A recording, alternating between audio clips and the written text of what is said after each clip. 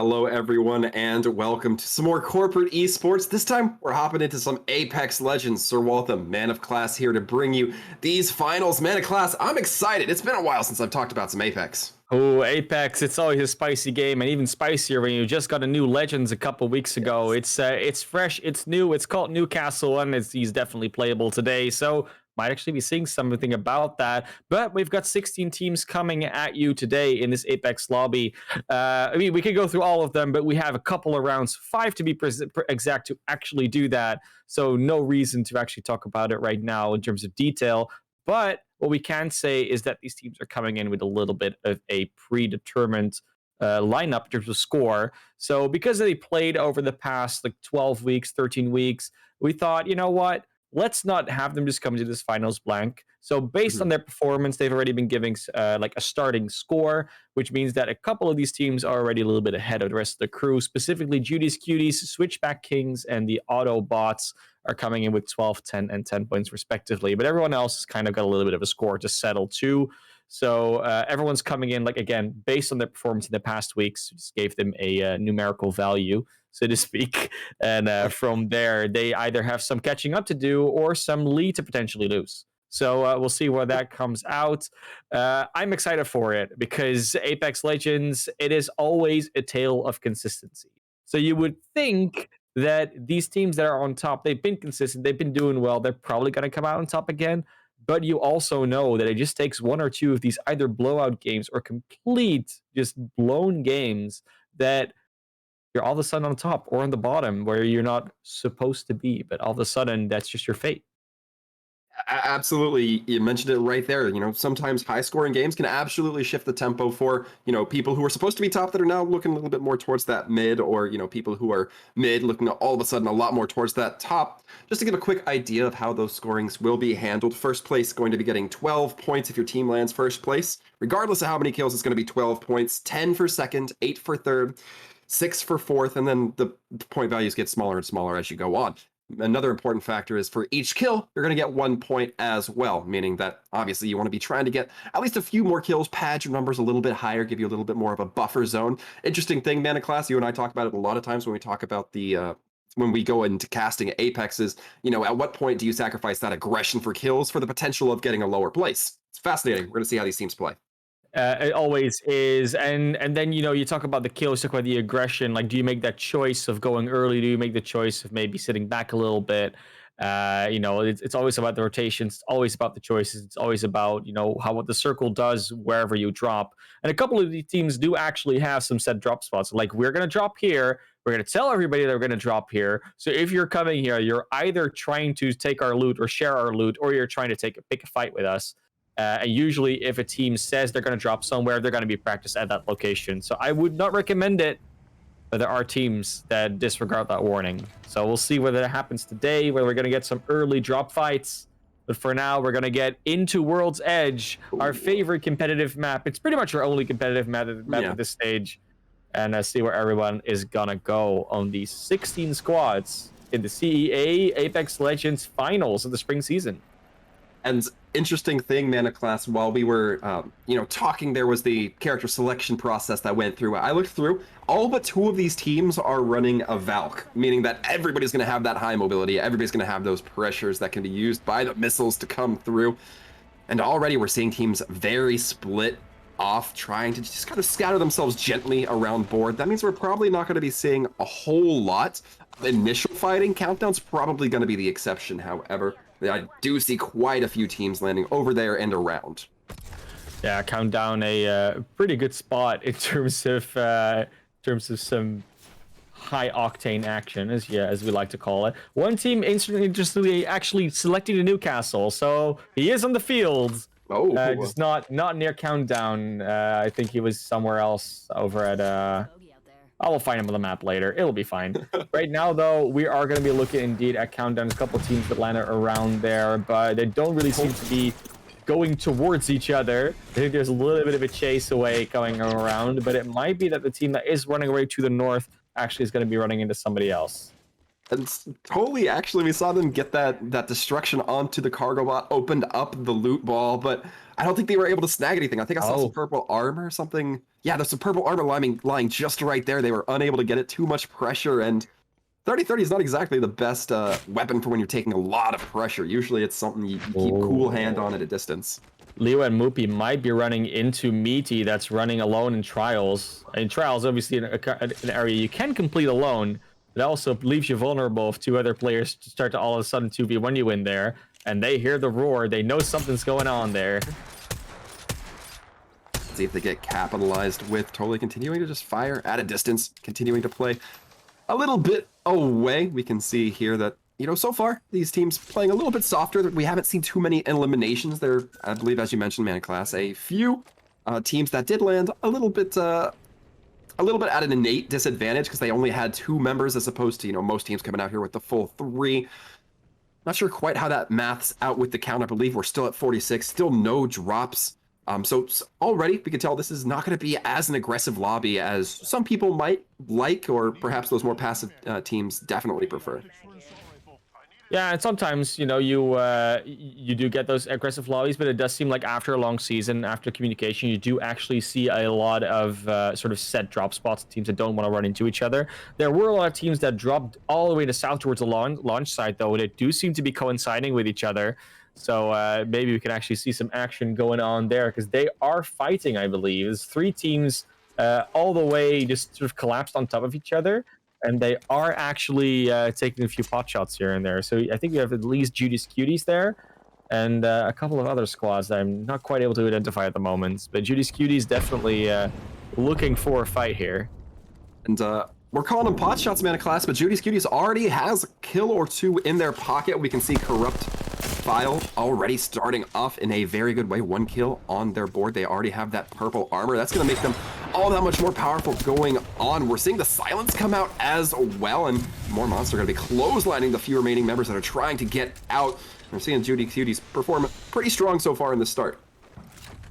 Very nice start as well. One of the favorites to look out for as well. They started off as the #1 squad in terms of standings, coming out with 12 points, and they're already giving themselves another 2. So 14 points on the board before the first circle has even formed. That is something you like to see if you're Judy's Cuties. Other teams, of course, are going to try and throw a wrench in their plans, but so far they have not been successful.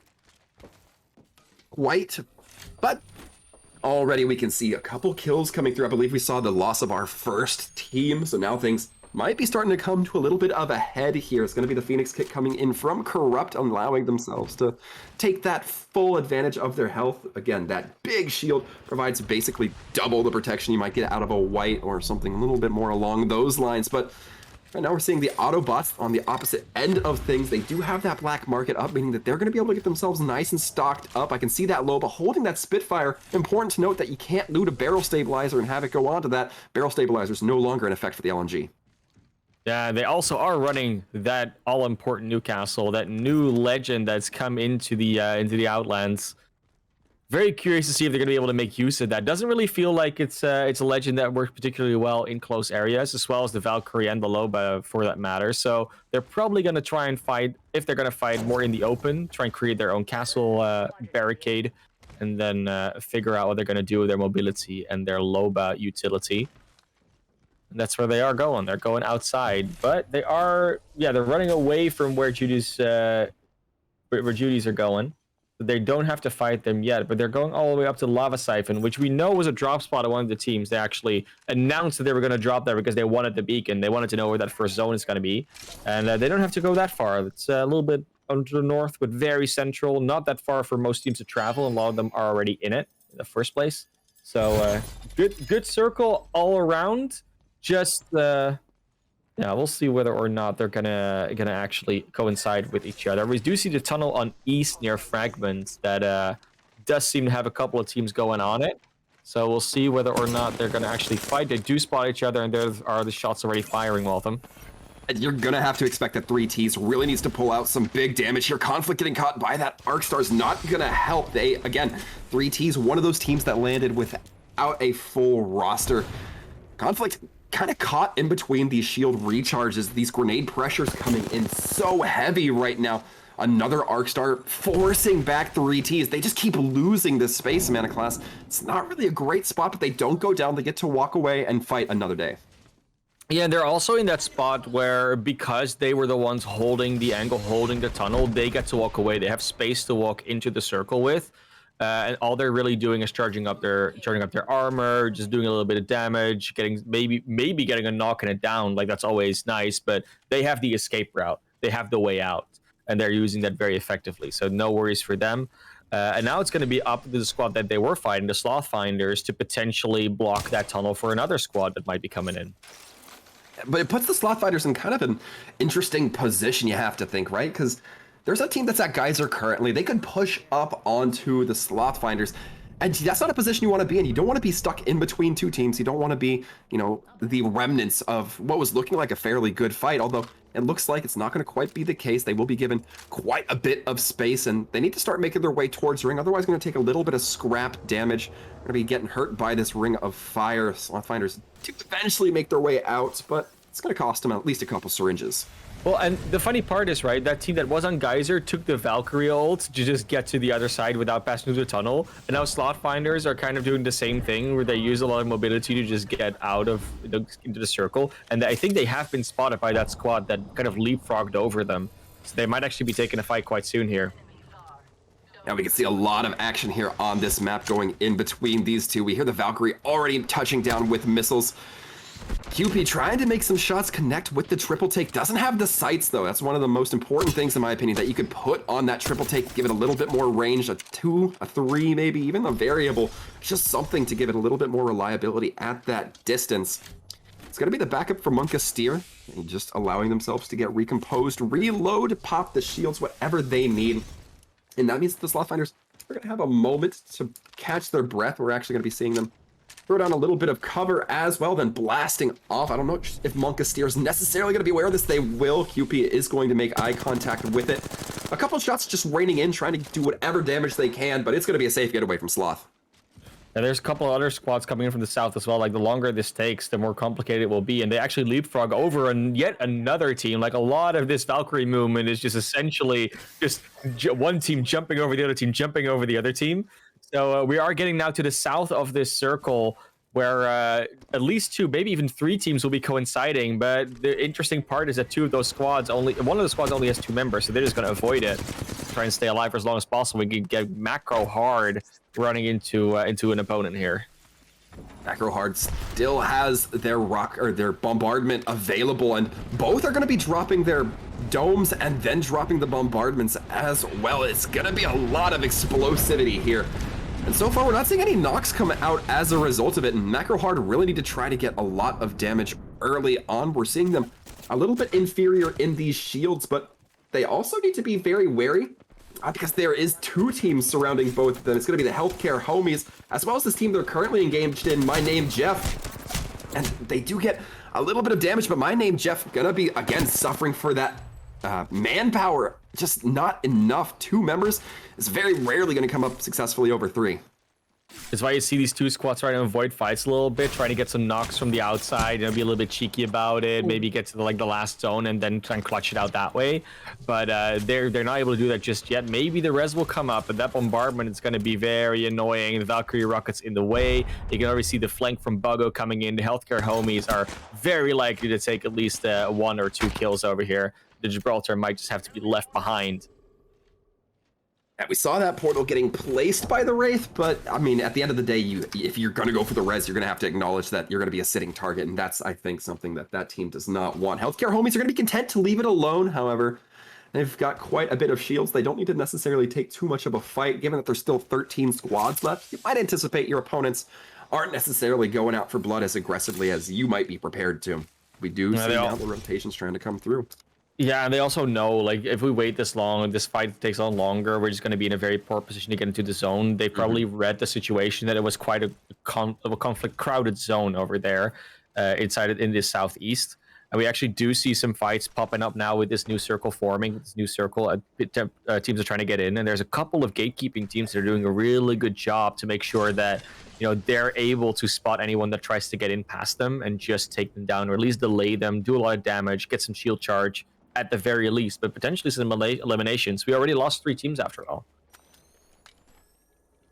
Slow to start, but that only means we get an explosive end here, I can imagine, Mana Class. And it's going to be Buggo kind of reading out that there is a death box, meaning that they'll be able to get, of course, a little bit more information with it, as that Ashe is so good at acquiring that post-death information. We're going to be tuning in now towards the north, and Switchback Kings trying to keep themselves alive. And in this fight, we can see that they took quite a bit of damage from bullets and ring alike.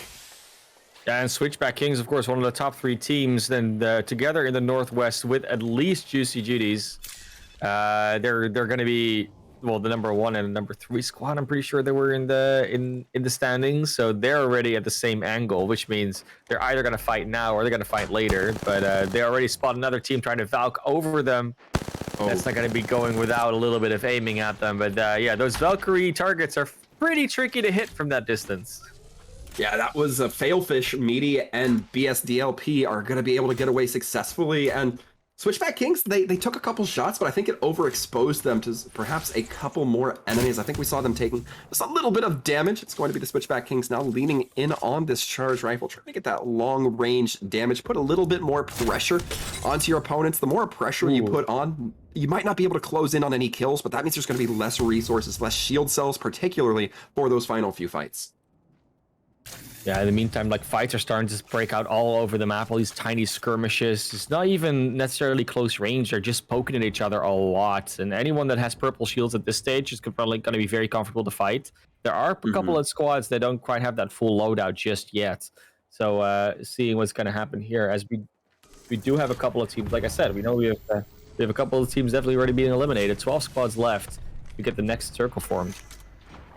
Ooh, and it's going to be Monkasteer trying to hold themselves together. Immediately taking down that black market is Smoothbrain, but again, it feels like Monkasteer is a little bit under pressure here in this small area. That's exactly where Caustic wants to play, but it's perhaps not an area that's going to serve you the most benefit, especially as this ring, 30 seconds from closing, you're going to start to feel a lot of force by that ring closure to get moving. They are potentially a little bit of a better spot to get out of there, you know, in terms of positioning on the map itself. But yeah, if you just get domed in, boxed in like this, even a Caustic might not help you. They do get the down on the Tiger BTT, so it's not over just yet. And with the numbers advantage, if they're able to hold heal up a little bit, they might be able to keep going. That's an aggressive push outwards onto the onto the fuse. Actually does get the down themselves, and that means it's a 1v1 to finish it off, and Lazarek does actually manage to down the squad that was there. They need to do a quick resurrection, because there is a lot of damage coming in really soon if they're not careful.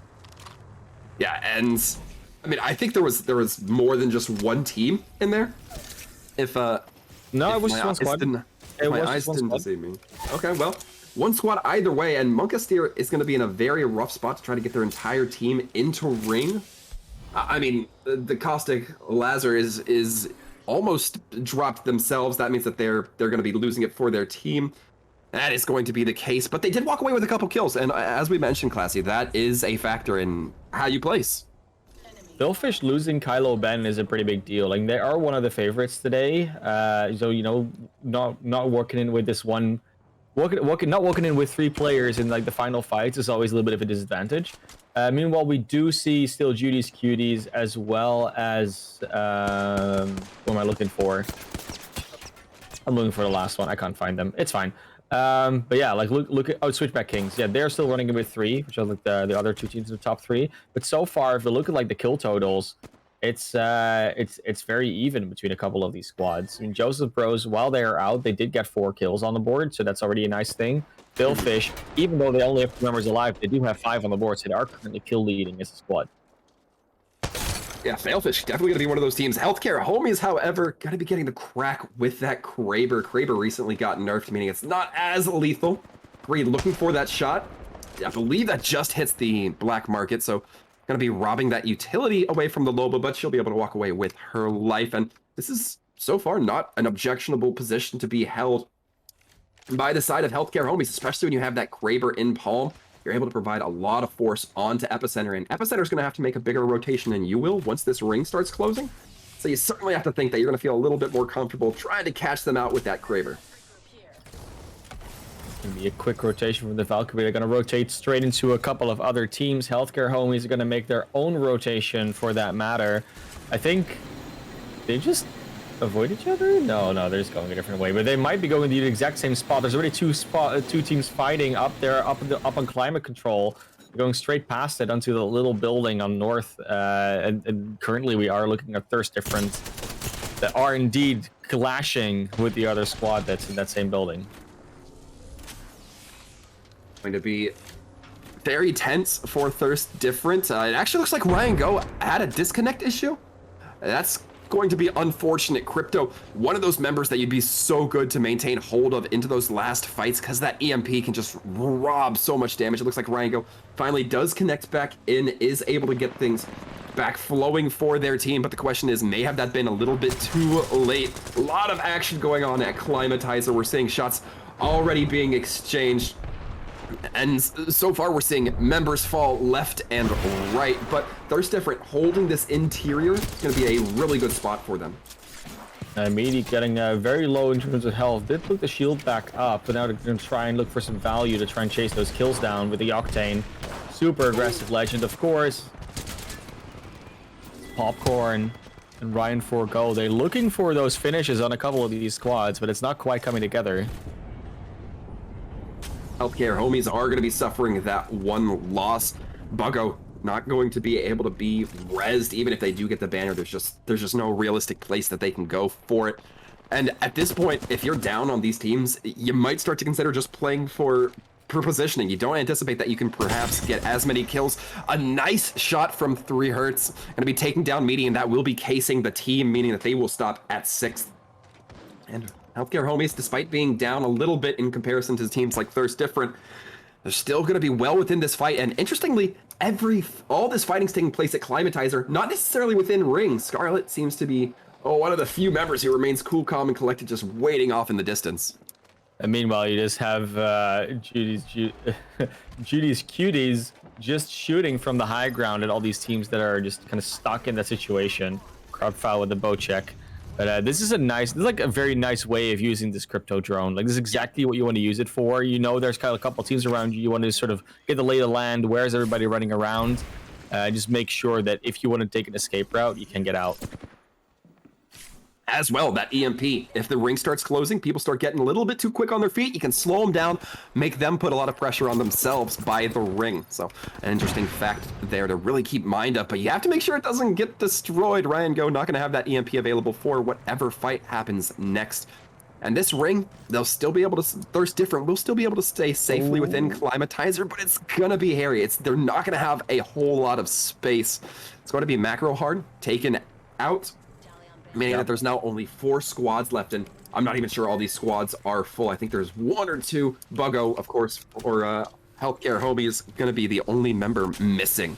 They're going to get the POV of Judy's Cuties here. They just took out Macro Hard. Yeah, I mean, Scarlet just got to get a little bit too close to the full 3-man, and one of the favorites of today is in a great position to take out this game. They're in a good place in the zone. They got good cover, and they know where everybody is. Crowd foul with the bow check, doing a bunch of damage. Now it's also ready to pick up some more extra light ammo for their SMG. We'll be seeing whether or not they're going to be able to put down the utility that they need in order to deny these other teams their position. And it's so interesting to see. There's 4 squads all on that little eastern side of the ring. They're all near these buildings. Wow. 2 3-man squads, 1 2-man squad, and then there's of course the 4th squad that is running around as 4. Which is Judy's Cuties. Yeah, that's a little position. So there's 2 ways this can go. Either all those teams fight each other, Judy's Cuties gets to shoot in, or they all turn around on Judy's Cuties as 3 squads. I think the first thing is what's going to happen. They get to shoot in for free, and they are doing so well in the area control.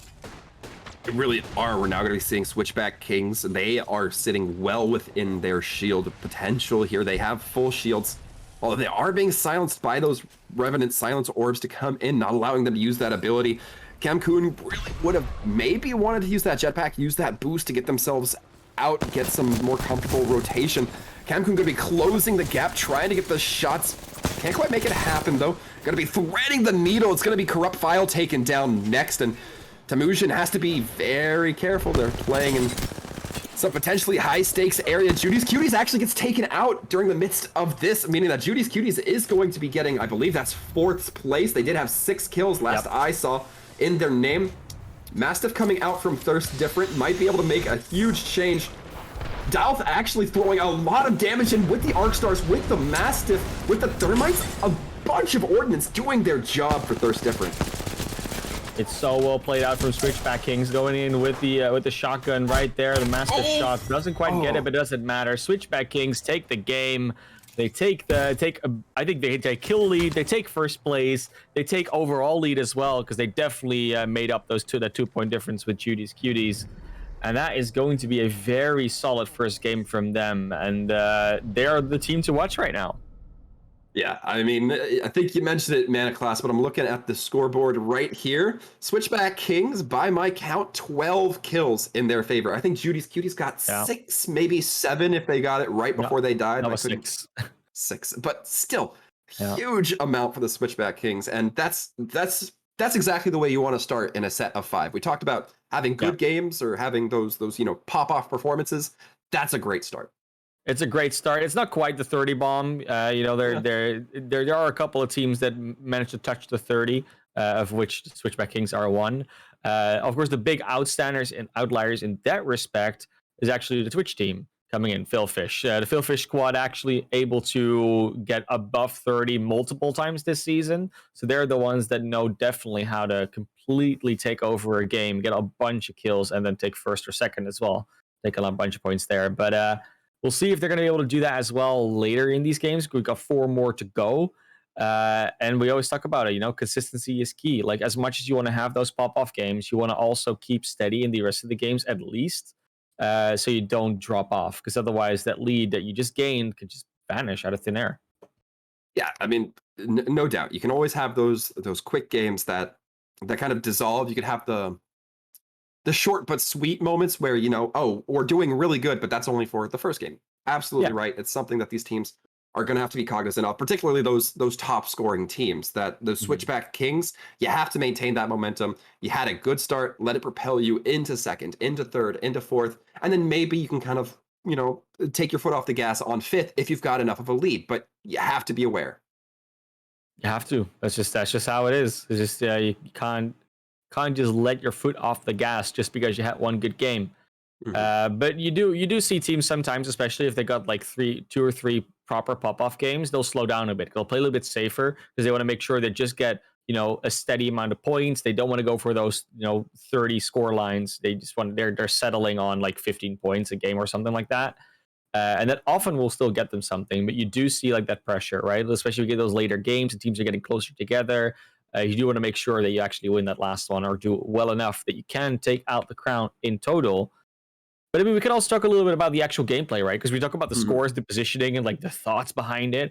But you did see a lot of like very interesting rotations come out. Like especially, I was like just following the general rotation of Judy's Cuties, like just making sure like what they're doing, right? Because they started out very south on the map, actually in the southeast. They walked all the way around. I'm just trying to do it correctly on the screen. They walked all the way around the other side. I think it's this way, right? Yeah. So this all the way around towards the northwest, and then they came out as like one of the few teams that was actually in the northwest that kind of took over that area, and they were really the only ones that were there. And then that last fight, it kind of happened the way I said it, right? Like it was going to go 2 ways. Either they can just shoot at the chaos down below, or they could get sort of like dragged into the rest of it. And because of the circle and because of just the way that everything developed, they had to move in, or they chose to move in. They got like one of them got down by the Sentinel or by the Kraber, I'm pretty sure. Then like the other 2 sort of were in a position like, we don't really know where to go because there's like teams and players everywhere. So we're just going to dive in, and that really didn't work out too well for them. But it's that choice, right? It's that choice that they chose to set on that high ground, they chose to set behind that structure for a little bit. And then once that circle moves in, then your choice has had a consequence, which just means like if the circle goes the wrong way, we're going to have to move, and we don't really have a plan B. And that 50-50 gamble sometimes pays off. Didn't really in this situation, but imagine if that circle goes to them, Like imagine if they sit in the place where everyone's going to go, then maybe they're also in trouble because everyone just starts raining down fire and abilities onto them because they want that position. Like it's kind of feels like a lose-lose. I feel like I feel like the only win for that team, for Judy's Cuties, is if everybody else in the server is a lot more aggressive and gets a lot more kills way faster. If everybody's dead before you have to start moving or before they have to start moving into you, then I think it's less of an Or issue. damaged or something like that. Yeah. Wasn't Yeah. the case though. But folks, before we head into our next map, we are going to be taking a brief little break, letting these teams catch their breath. We'll be taking just a minute, so make sure you stick around. We'll be right back with more Apex.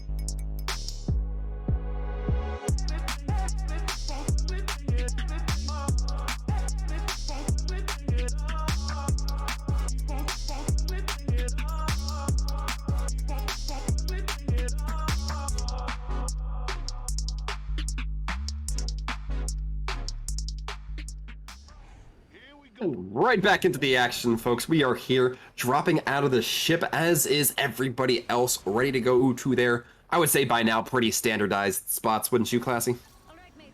Yeah, most teams have a really, really, really solid idea of where they're going every single time. Like, we know the Lava Siphon is already claimed by 3 Hertz in his squad.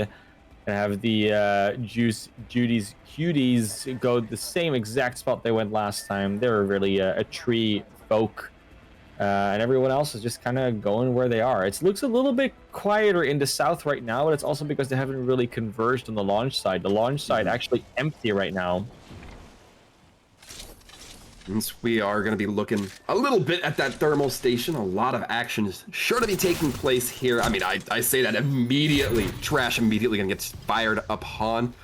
Couple of shots going to be having that bracelet to get themselves into safety as well, picking up fresh armor. So they're not even going to be bothered too much. They will have to heal up a little bit, but they might be a little bit more concerned with getting the damage onto their opposition. Yeah, they really picked up some good loot from those crates, but their teammates already taken out. That's unfortunate for Old Man Wisdom. We are seeing some good shots come out from the 30-30 from Tiger. I don't think you're going to be too upset about that. You think we heard a res coming along the line somewhere here, but it's going to be Deja Vu. Taken down now, blood for blood from the side of Josephs, and a nice kill from Tiger as well. That means that Tiger has to try to just find that last remaining member, and their teammate might be able to give them a little bit of information.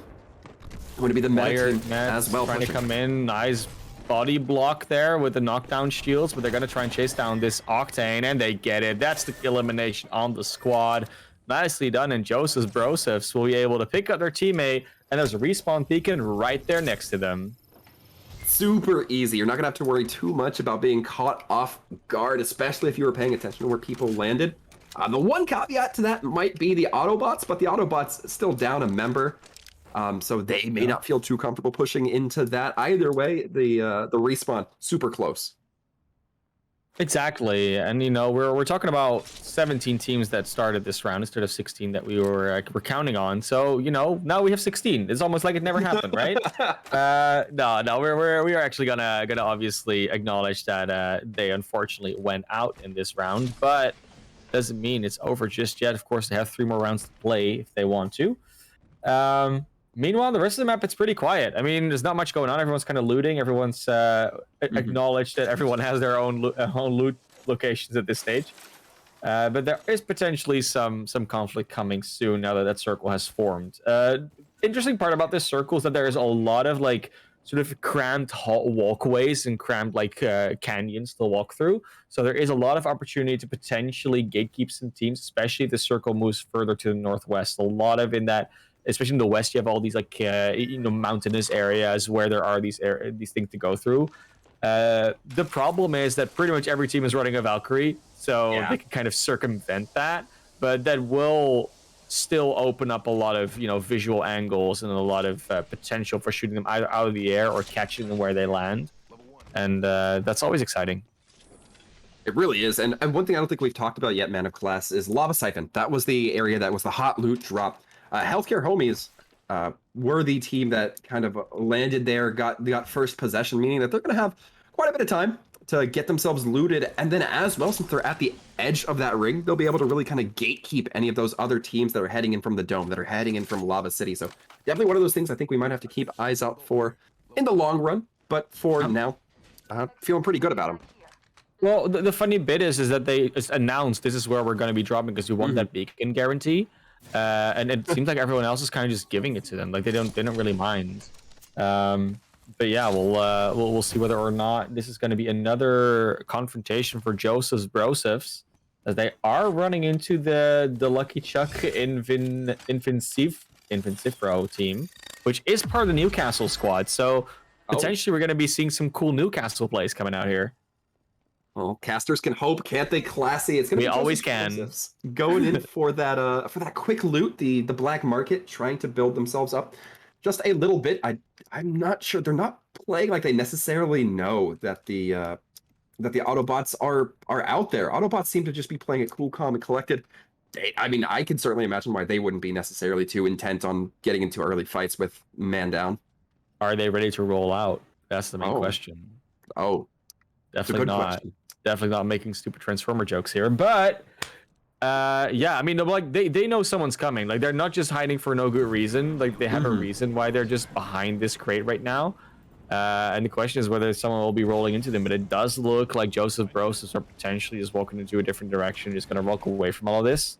Which I'm always surprised that they do. Like it makes sense to not really go further to the southwest if you're already got the loot that you need, and you don't really expect anyone to be there. But it might be possible for at least Old Man Wisdom to walk into 2 members of the Autobots completely on their own, because they're really separated from their squad right now. This could be a 2v1, and then they could, this could very well be happening right now. Yeah, that is brutal. The black market going to be loosing its tendrils, so even if you couldn't see him through the smudged glass, you're going to be seeing that. And just Lucky Chuck has the opportunity, has the utility to close that gap. You might really be regretting it here. The Autobots, of course, don't necessarily know where they don't know everything. Yeah, that's a problem, where the right? remaining members are. So they could think that, the other members of the team are just around the corner. They don't want to catch just the one member of Joseph's out. If they think that it could backfire on them. I mean, obviously, we as casters know everything, so we know that they could really get some value there, but it's not going to be the case. Yeah, and since fights are not breaking out there, we're just gonna go to a place where our fights aren't breaking out with the Switchback Kings, the kill leaders, the lobby leaders, the everything leaders at this stage. Haven't gotten elimination yet this round, I'm pretty sure, but they are looking for a squad that they're fighting currently. The Skyhook came in, so the Valkyrie movement from the squad that they are fighting, but it looks like they've just, ran away from each other again, and now they're just looting. We're just least vibing. We do see some skirmishes happening on the top of the map, which might be cool to go to. But no, there is the clash again. There is some pot shots being taken. I think that we've invented a new type of caster curse where we go to where the action is and then it's just not there. And the action's not there anymore, but there is actually action going on here. Meaty's already on the ground, and Philfish is potentially in trouble as it is a... Ooh, nice nade onto Kylo Ben. The res does come out, though. Meaty does get picked up. Very nicely done. Good utility being used. And with the doors open, they do get to actually do a lot of firing here. Yeah, certainly an opportunity here. Thirst Different played very successfully earlier on. Did make it to that top 5, top 4, top 3 position. Weren't quite able to carry themselves all the way to the end. Ryan Go having a little bit of connection issues as well. See if it plays into a factor this time around. Doesn't seem to be so quite yet. Nice crypto heirloom. I see you. I see the drip. But Failfish now going to be continuing to try to apply some damage down onto them. And this is where the Valkyrie can really leverage some advantage here. Meaty taking up onto the high ground. The Wingman trying to come through. Can't quite connect onto the crypto. You hate to see it. And Thirst Different all down, all out. And just like that, they will not be making it to the top 5 this time around. No, Philfish went out relatively early last time around. I think they were like 6th or 7th place. It's relatively early, still pretty good, of course. But, they are trying to make up some ground towards those couple higher squads, just to make sure that they're going to be able to take some out. But yeah, it wasn't... I would hate to see it. It's definitely the way to put this. Another squad is trying to gatekeep them now from getting into that zone. And then building, you have the high ground, you can work with this. The Valkyrie shots are coming out. This is not a safe place to be, but on the other hand, they have the circle with them. Like, if that circle moves, eventually they're going to be pushed out of there. Yeah, you're absolutely right. They have to play a little bit calm as much as they can anyway, and Failfish is going to have to be the ones who make the first move. Although Failfish have done their job. They've gotten 2 members down, yeah, and now they're just going to be able to pass for free. I mean, they'll lose Kylo Ben, no doubt about that, but it doesn't look like they're going to be stopped as a whole. They can get that banner still if they want to. I mean, it's very gettable. It's not in the zone. I think they're actually going to pick that up. Yeah, I mean, it's I don't know if they're going to be able to get the respawn, but at least you have the beacon. The banner. That's what you want. Ooh. I mean, if you wanted to get cheeky with it, the respawn banner is right there. I think the ring is slowly going to start closing in a little bit, but hate to see it. Yeah. They got a minute before it starts moving. There's plenty of time to respawn. People will see it happening, but that doesn't mean you can't do it. Oh, yeah. Absolutely agree. Hate to see it. Not going to probably be long for this fight as it's just a Wookiee left alone in Failfish. It's a Caustic in a building. They're not going to really want to challenge that unless they have the full squad with full loot going on. Oh, agree. Absolutely agree. But it comes down to, can that Caustic stay in the building forever? No. And when he has to start to make that rotation, it's going to get a little hairy. I think we both agree on that for sure. Oh, yeah, for sure. I mean, they're really close to the zone. Like, the Caustic is almost in there. And if he's sneaky, he can just, kind of slip out, which is exactly what Wookiee's been doing. I think he wants to get those respawn banners, but I don't think he's going to get them. He can find a wall. There's you got spotted, and now you gotta take that 1v1 and a 1v1 2v turns into 2v1. He's gonna get taken out. Unfortunate for Wookiee. I see, you see what they wanted to do. If Kylo Ben hadn't been taken out, if Kylo Ben had been taken out, they might have already left, and then it would have been a good move. But they were still there because of the respawn. Valkyrie relocation just robs us of action. I think that's just what we're kind of seeing here, Waltham. I think we should maybe just ban Valkyrie the next round so we don't get these relocates and they actually have to fight. There's a lot of action going on in the circles. Like here and there's all these tiny skirmishes because they all want to move, and the circle is getting, of course, a lot smaller right now. And this is where the map geometry is really starting to take place. Like you see them having to walk more either in the open or through these smaller corridors, and teams are actually starting to properly gatekeep each other. I like the we're tuning in with Joseph Broseph and now the Autobots, but Joseph Broseph's using They're still the hiding. They're using doing the so fuse. well. Yeah, I mean, you're gonna be a little bit content with that. You're gonna have to be very careful though, because this Loba with her black market can reveal your location, making you a little bit shark food. But overall, you can't complain with having two members. I don't think neither of these members from the Autobots have taken shots at anybody, as a matter of fact, and they're actually right underneath Joseph Broseph's. So they've been kind of traveling in tandem with Joseph Broseph's this entire game. And I just don't know if they're aware of it. Yeah, it's it's just really fun. I mean, like both teams don't really know that they. I think neither of them really know. And even if they, Autobots might know, but they just like we're not gonna engage because there's two of us. We Yeah. just want to stay alive as long as possible. Meanwhile, we do actually see that Judy's Cuties have lost a member, so they have the respawn beacon. They can still respawn them, but they are currently on the green status, as we call it. And they haven't really gotten any eliminations. Like they are playing more for like late zone, but that does mean that teams like Philfish and even to a degree Switchback Kings could potentially grab some points. But it's definitely Philfish's run to take. They already got 6 kills on the board, and they just kind of keep continuing to fight here. Right now with the 3Ts, they're also trying to just keep things a little bit safe as well. That we can see kind of the hesitance coming out from them, and they're also right above the other teams. So it's like we got a bunch of teams that are playing super passively, and this is what kind of played to the detriment of Judy's Cuties we were talking about before, where these teams weren't necessarily looking to engage and allow for that great positioning to come through. So maybe Judy's Cuties starts to see that same thing happen, because right now they're in landslide, not really playing too much. The Autobots are going to be starting off with some strong damage though. Just Luck Chuck able to get 2 down and take out 3Ts. They're going to get themselves some points, both from placements as well as from the kills. And Vincifro just picking up the Arbor straight away is like, well, my shield's gone. I'll just pick up a new one. That's fine. It's a gold one too. It's always nice to have. Oh yeah.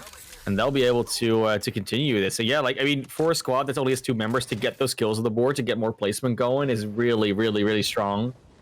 Lava Fisher currently has maybe something going on. There's a couple of squads around there, like they're all sort of like taking position for the next zone.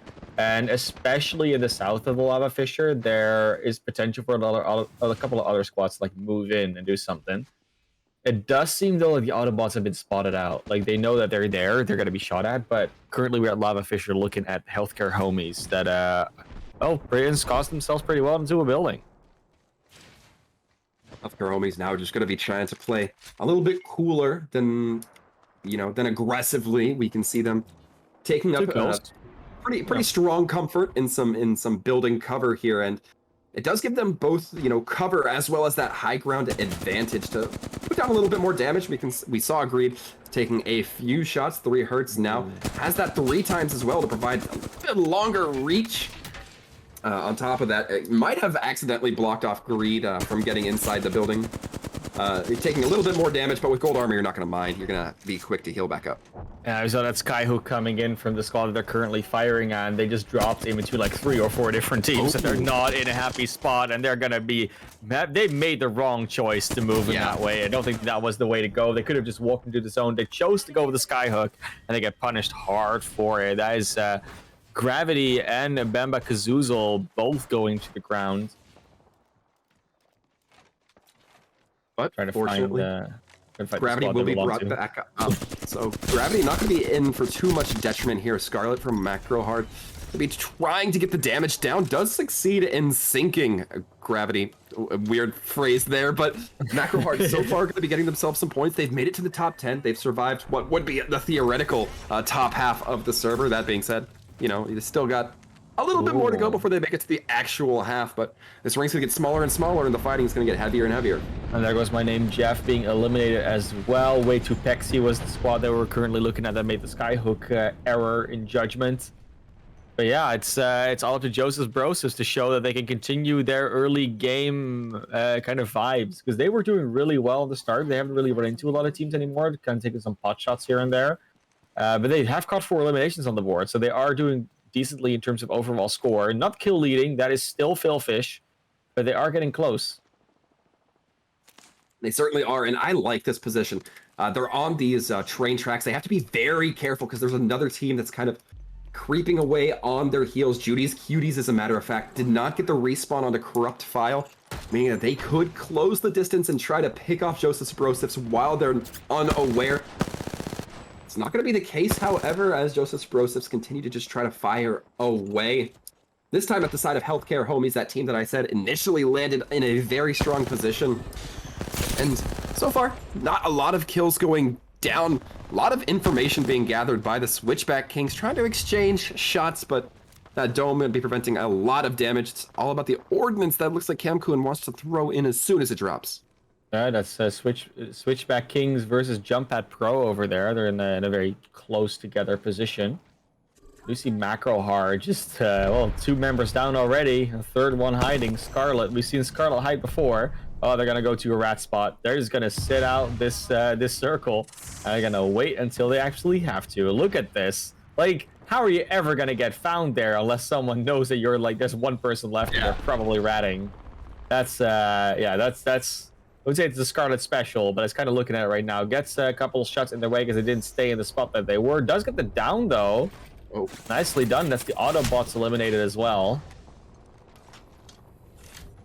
Autobots taken out, meaning that only 8 teams remain. But this ring, again, gonna slowly choke out more and more. Joseph Sbrosifs still holding a position that I think gonna be really strong as we look towards that back end. But now looking at Jumppad Pro, they get swept in on. They take quite a bit of damage, and now nobody has any shields. And with the squeeze coming through, Camcoon gonna be taking down Thrust.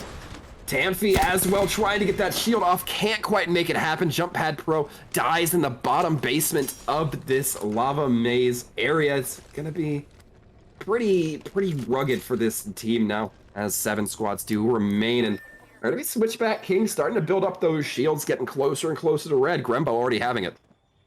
Yeah, Philfish still the team to beat in terms of total kills, and if they win this lobby, they're definitely gonna try and claw back a little bit towards that lead. As we're currently looking towards the Sloth Finders, only 1 kill on the board, but they are in that top 7. They are doing well in terms of positioning, in terms of, you know, rotating around the map, not putting themselves in too much danger. I have to be a little bit careful about this circle moving soon, because obviously they are in a building that do have the circle with them, but they're going to be like on the edge of it in terms of where they are inside right now. And those teams that still have their Valkyrie alive are going to be served incredibly well here, because this area is not just a fight within buildings, it is a fight within multi-tiered buildings that you have to travel through all the different walled areas and the underground passes. It can be really difficult to find much in, although Joseph Sbrosifs might finally have their time come to an end here. Oh, Buggo almost nice not succeeding in that, but it's going to be the Shadow Caps that do succeed. The shotgun blast type really coming through in a nice way. In Bocek, one of the most interesting weapon additions to the game, and this is one of those situations where you can actually see it come to fruition because of all those different hop-ups and the items you can put on it. Nice shots from Greed. Greed really good with these sniper and longer range weapons. Like the 30-30, you don't always see it get value. In a situation like this, you can just see how wonderful of a weapon it is. You really do. I mean, at long range, there is definitely something to be said about how well it can, I guess, really apply damage and make even the longest distance rotations all that much more difficult. Healthcare Homies now going to be leading with a good amount of kills, going to have 9 in their pocket. Switchback Kings, however, holding in this lower ground. And again, lower ground, it's nice to have a Valk, but she can't bring the rest of your team up. Instead, Switchback Kings going to try to push ahead. They do so successfully, take down Failfish as well. Yeah, Failfish eliminated. No more kills on their board. They had 10 going into that fight, so they'll end on that, and also on 5th place. But now it is Switchback Kings. A little bit of pressure onto Temujin, but they'll be able to probably get that back up. And Slothfinders is not pushing this. No. Nope. There is the down with the beautiful Arc Star from Buggo. Nicely done. Yeah, so far, no reprieve given for Failfish. You get taken out of this fight, and you got to remember the more times you go down, the faster you have to respond to get your teammates revived. Grembo taken a fall from the Switchback King. Slothfinders might try to take advantage of this, might as well be one of the other few remaining teams. I see Healthcare Homies have that Kraber online. Buggo trying to take shots, can't quite make it connect. Instead, gonna be just stepping back, popping some healing, and 3Hertz gonna be doing their best to alleviate some of the pressure that Buggo had to dip back, and does get a drop. That means that some of these teams are gonna be feeling a lot more careful. Buggo does seem to have a nice view as to where they might be going. Scarlet gotta be flying around in the sky, grabbing a little bit of information, as we can see Buggo kind of keeping eyes towards them, but instead, this not rocket barrage, but this bombardment gonna be coming in, providing a lot of damage. Healthcare Homies just trying to get away, lifting up Creed, able to buy themselves just a moment. Look at this circle. I mean, there's basically no cover. You got 4 teams trying to slug it out over there. Scarlet still flying around alone, the lone survivor of their squad, trying to get it going, but this flatline is going to do a lot of damage to Brianna. Oh, what a down there. That's 3 squads left. Slotfinders finally eliminated after a while that they were going for. Looking for one more squad to be eliminated. It's the Healthcare Homies versus Switchback Kings and Kamkun, the lone survivor on their team right now. Do take down one. The knockback shields do help, but it's not enough. The Healthcare Homies take it. And that is the Switchback Kings not quite finishing it off. The Healthcare Homies. You want to know how many eliminations they had? They had a ton. It was 13. Woo! That is 25 points you're coming away with that match. That's great. It's a great way to get back into the series, get back to the finals. And none of the Healthcare Homies were necessarily not on our radar at all, but they weren't in that like top of the list that we were looking at initially. But now they're entering a conversation. Yeah, and I don't want to be all Nostradamus over here, Mana Class, but at the beginning of the match, I was saying, hey, Healthcare Homies, they landed at the hot zone. They landed in an area that's going to provide them with some pretty good loot. I know they had a golden helmet that they threw on the Valk, and you know what that means, Mana Class? That means you get to blast off even more. That means that they get to frustrate the casters by just repositioning themselves all the time. So it was pretty good. You thought I'm here, and I'm over here, and I'm over here, and I'm over here. Yeah, no, I have the map open the entire time, but even I'm not able to keep track of Valkyrie like that. It's definitely some spicy movement coming out. And I mean, after all these rounds, well, like I say all these rounds, only been 2 rounds. We still have 3 more to go. I mean, you're getting like a little bit of an idea of the leaderboard, but it's still going back and forth. Like the team has been consistently on the top right now has been the Switchback Kings. Like they are the ones that are being very consistent, which they have been throughout the entire season. But they haven't. They do have to keep that up. You know, like these next 3 games, they still need to be able to also keep doing that. And it's not as easy as it always turns out to be. And I think like in this particular situation, they didn't lose out just because of the loot. Like the rotation was also pretty good on the side of the Healthcare Heroes. But you know, we're talking about a situation in which they're going to keep dropping in that siphon, right? Like they're going to be able to keep getting the situation, and that siphon is a pretty popular location for, you know, the loot beacon to be as well. Like I know that when the information of where the circle's going to be, but that's not the only thing they're getting there. It's a really strong location to drop in general, and maybe someone's going to challenge it at some point. Like there's the opportunity. Everyone knows they're going to go there because, like again, they announced it pretty loudly. We had a server chat going on. It was like where everyone wants to call out their drop spots, so you know you don't get like third party or whatever. And then nope, we're gonna land there. We want the beacon, so everyone knows, and it's up to you whether or not you're gonna try and challenge that. I mean, hopefully we get to see something a little bit more dynamic. I like the idea of teams having specific spots where they land, but it's, you know, there's always something to be said, especially about those lower teams that try to shake things up, that try to, you know, be the spoiler for those teams that just consistently put up good matches. I know that some of my favorite teams are not the ones who perform the highest, but the ones who prevent those higher performing teams from coming up when they absolutely need to. However, folks, we are going to be taking just a quick 1-minute break. Once again, we'll be right back with more Apex coming in after this.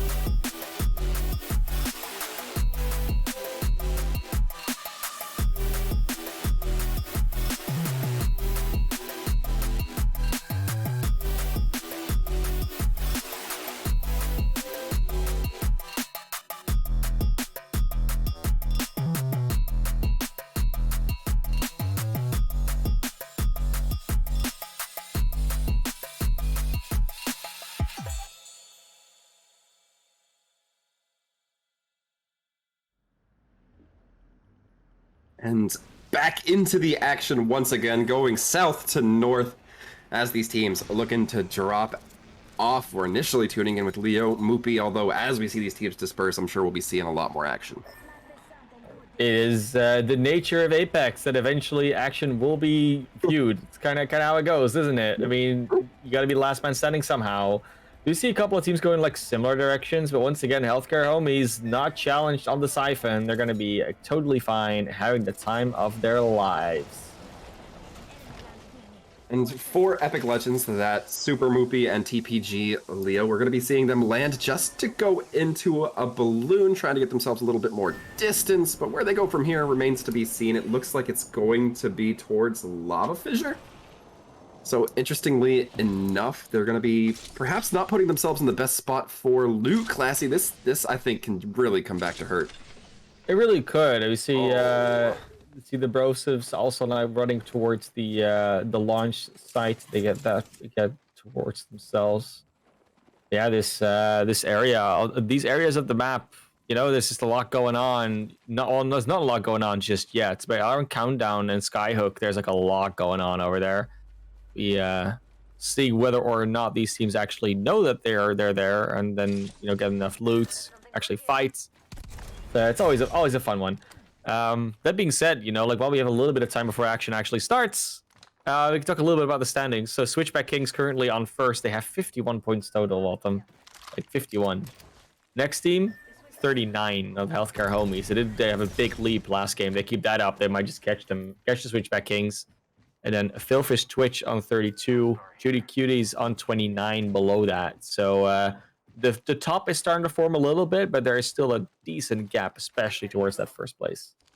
I mean, we're only on our third game. That's more than enough time for one team to play spoiler a little bit. And right now, we're not seeing still a whole lot of action go down. Skyhook, despite, we were talking about it, you were talking about it to be fair, was, pretty crowded, but we're still not seeing any contact really between these two teams. And, well, I want to see them fight. That's just it. That's, I just want to see them get in there. We're once again seeing the looting phase, a nice start for the side of the Team Thirst different, but it doesn't matter if you don't do anything with it. And it's also definitely business time around the countdown. We're going to first see this play out, seeing if they can chase down this one member that they're looking for. Hate to see it. Definitely looking for something to see that they don't hate. But currently not really, just looting. They haven't really spotted anybody. So yeah, fortunate for the one member of the other squad that is kind of vibing alone. I think they have finally seen them. Oh. They gotta get away from this. Yeah, it's going to be not what you want to take. Douth trying to make a dash for it, just cutting themselves some sort of slack. And right now, interestingly enough, hate to see it's just going to back out. They're going to take the balloon, immediately fly out. Douth, of course, isn't aware of this, can't hear the zipline cable, can't see where their opponents are, but they're going to be given some breathing room as we're going to take a quick look at Fissure. It looks like there's some real action going on here. Yeah, it's Philfish versus actually Philfish versus the Kings, which is a problem for the Kings potentially. Meaty also drop in Vincifro. Oh yeah, so it's actually versus the Autobots that they're fighting. And Macro Heart can be quick to come in on the intercept here, but they're being very anemic about it. We see Scarlet kind of just backing off. We saw them, towards that Lava Fissure crook, but it's not going to be the go for Macro Heart, and that's disappointing. I think Failfish could have really been taken out of the fight early on if they had the wherewithal, if they had the decision making immediately. Yeah, and that's the Autobots out instead. Autobots 3-man squad. They finally had their third back, which is unfortunate because, of course, they played with 2 last run, which they were playing really well in terms of like just ratting it out, getting a couple of kills, but mostly just being very invisible. This time around, they just get taken out straight away on the drop. I mean, it was the epic loot dome up on Countdown where they were caught out eventually, but still not the place where you want to get caught out that early. Now it's it's Philfish that just takes the win there. And Macro Heart is around there as well. They might be trying to go in, might be trying to find something, but I don't think they're going to take that risk. They're, of course, a squad that keeps having Scarlet be alive alone, that is very good at just escaping fights and being around whenever the action happens, but not actually, being in the thick of it. I mean, a lot of people will give like disrespect, to those teams that just have Yeah. rats, or the teams that just, just try to stay alive more than actually, fighting or playing the game. But overall, you can't argue too much about, well, we need to get points. We need a minimum amount of points. If everybody dies, this is just what you have to do. That's just the course of the nature here. Although right now, it's going to be costing Macrohard this passive play style. It's going to be costing them because they're not building up those shields. They're not able to get too many points in terms of kill count. And right now, they're even a little bit spread out, but we are going to be taking another look over towards Harvester, seeing what kind of action is going to be popping off over there. Yeah, so the Switchback Kings are inside of the Harvester. You see Mozambique looking at them from Team Meta. I like that name. Like, it's just, I don't know if they run the Mozambique a lot. I don't see them currently in their inventories, but, I appreciate a good pun when I see one. I would agree. Mozambique, however, definitely don't want to be running it right now, as they would be pinned down by this charge rifle. And they know that they just have to back off. They don't have that long range sniper. They have a Spitfire. Looking through the rest of them, they have a flatline. But that's not nearly going to be enough to provoke what you need to from the enemies that are currently nestled up pretty neatly in the Harvester. Yeah. And like I said, those are the Switchback Kings, so that is like a team you don't want to mess with in a lot of ways. That being said, like if they do manage to get close, then those weapons would be absolutely brilliant for taking a fight inside of Harvester against that squad. Like if they're running with a charge rifle, like a couple of other more long range options, then they're going to be in a lot of trouble if you actually manage to get close. Obviously, they're not going to take that risk. Like Gordon was already super low, so you don't want to do the risk of approaching. Then Gordon goes down. And it's all of a sudden a 2v3. Because as good as your weapons are, that's still a problem. Gordon especially might actually be caught out here by Scarlet on the north coming in. Have to be careful about that, because I think Scarlet will probably have spotted them at this stage, and they might just be ambushed here by 3 members of that squad. Scarlet a little bit ahead of the rest. This could be a 1v1.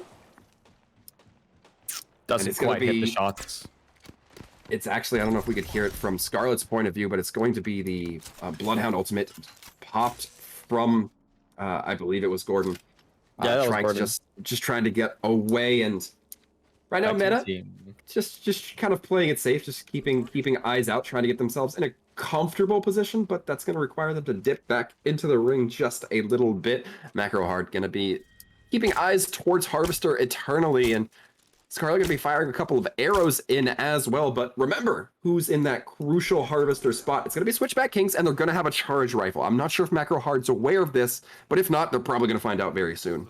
Yeah, they definitely are. And it's also actually the next squad running into that same exact location. Harvester being very heavy right now, but there is the Valkyrie ultimate. They're just going to take that out, making sure they don't not stuck in Harvester for much longer. You do see the healthcare homies looking, or at least being looked at by Corrupt File and squad. But I think that's Judy's Cuties. I keep saying Juicy. I don't know what that. What that's Judy. about. Juicy Judy. Yeah, I don't think that's the name. That's definitely not the name. It's Judy's Cuties. But yeah, they're with a new zone being formed. It's funny because like healthcare homies, they do make use of that beacon like very effectively. They do actually inform themselves of their rotations a lot. Mhm. And you can just see that that they're now like in a position to potentially gatekeep any team that wants to go through this valley.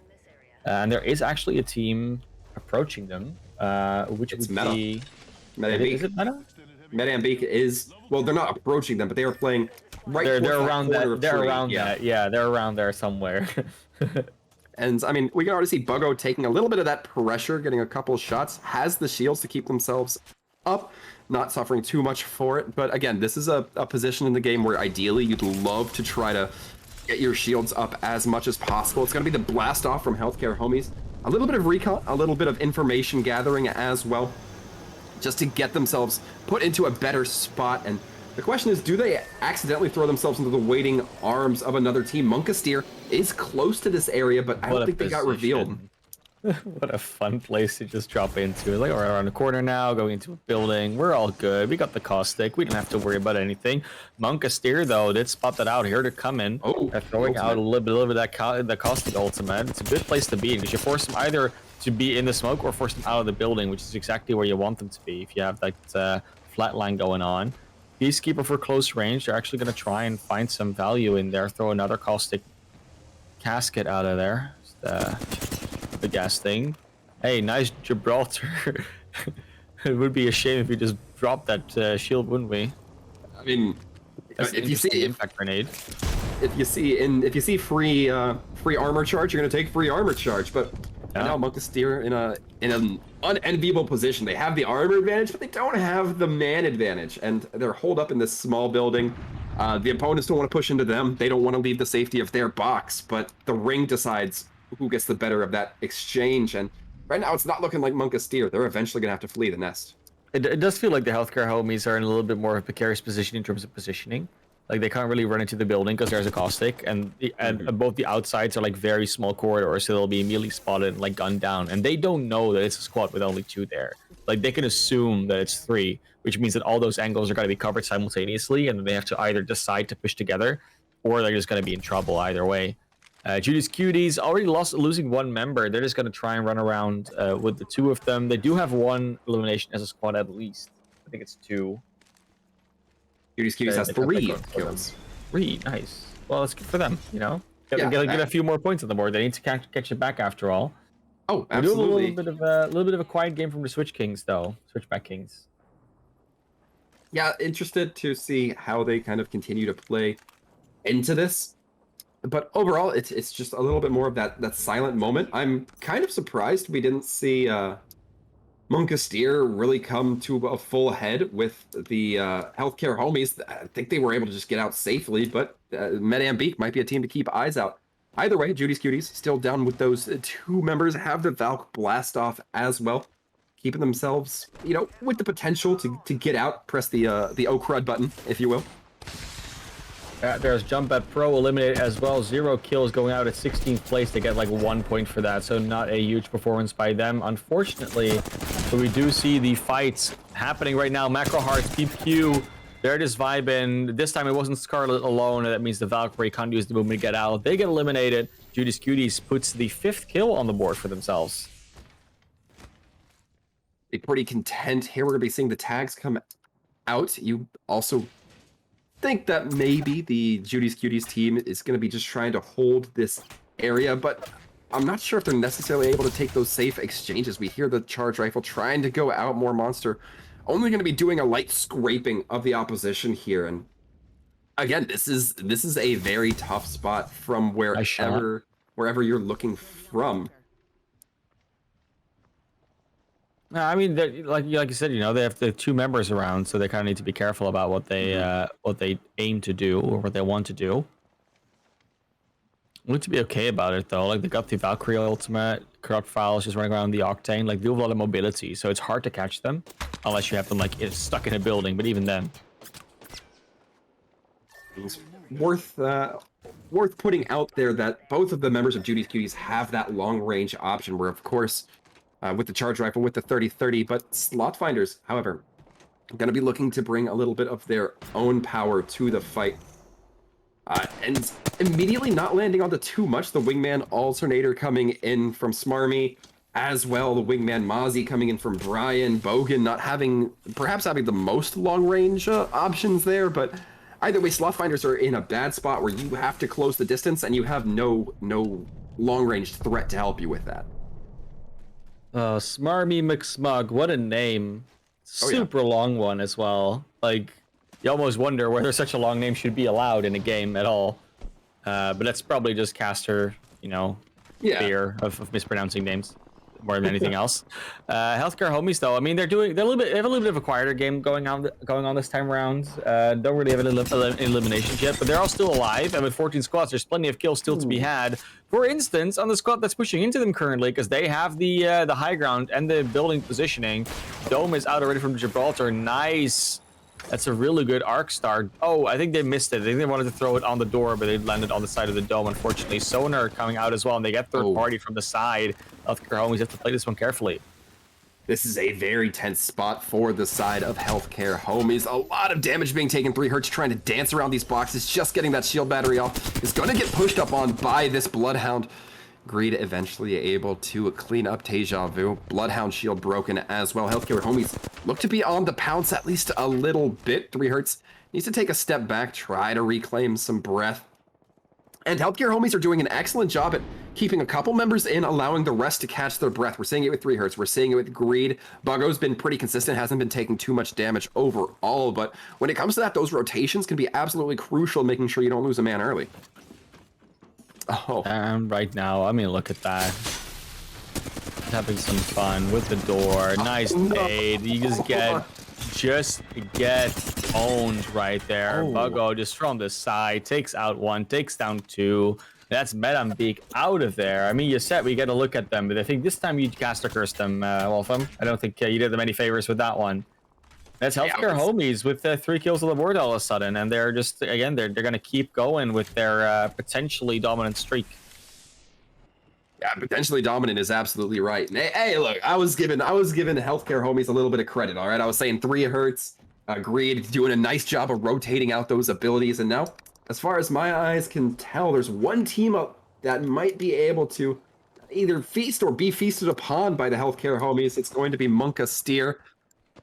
Although we'll see that fight play out a little bit later into this. I'm sure 3T's gonna be blasting off, trying to get themselves just a little bit higher, trying to get themselves perhaps a little bit more advantage spot, see where they want to go, and you know, to no surprise, they're using the Valk. We see it a lot here today. And the center of the siphon is completely clear right now, but I do have a couple of teams moving into that position, so they got to be careful about this. 7 Evraf and a conflict. I think they get immediately run upon by the Healthcare Homies. Of course, this is their drop spot. They know exactly what this spot's all about. They got to be a little bit careful about that one here. And they are looking at some other squads without right, like the Healthcare Homies are below them right now, just as an information piece. They can't really shoot at each other, of course, because there's like a building in between. But there's actually 7 FRAF has to be a little bit careful about that potential. But they have so much fuel and so many teams. I think this is like the dangerous part, right? So they can shoot a lot of teams, yes. But they can also really easily be shot at by a lot of teams. And there's not an easy escape here. Like any direction they go, they'll run into someone else. Yes, they're in the zone. Yes, there's a lot of teams approaching them. But if there's too many teams approaching at once, they might be in trouble. Meaty take a lot of fire here from Conflict. Conflict just in general doing a great job of just shooting down enemies, at least trying to shoot down enemies. But you got to get those downs, you got to get those knocks, otherwise what's the point? I mean, you get a little bit of shield charge, but eventually it doesn't count for anything unless they go down.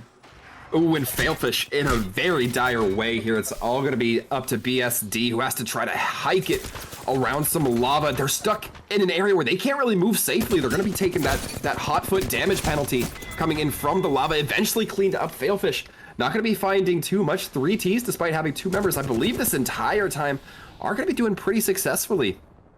We see all of a sudden teams are going down left, right, and center. Slot Finder is out as well. Only 7 teams left. We started with this sort of skirmish start with like 13, 14 teams. Now all of a sudden we're down to half of that.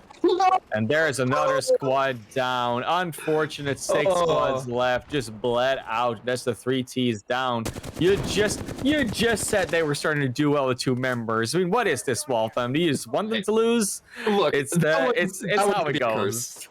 I mean, it's so they didn't get shot. They got crushed by the monorail car. No, I saw. It was ridiculous, but it happened. So unfortunate, but. Either way, you get status out death of the game. in Apex today. Yeah, for sure. I mean, someone else can potentially try and take that crown, but for now, that's definitely the one that we're giving the award for saddest death to. Healthcare Homies again in a great spot here. Look at that, just on the high ground, looking down a couple of teams. You got Wookie and Sane down there. A couple of other squads going on. Like this is exactly where you want to be if you're them. You know, just on the Judy's Cuties down there. They got 7 kills, but they are down to only 1. Corrupt File currently as the banner picked up, but I don't think he can really go for that res. They do have 5 squads in this game trying to get the win. Corrupt File actually doesn't have their banner picked up yet. More Monster, very close to letting it expire.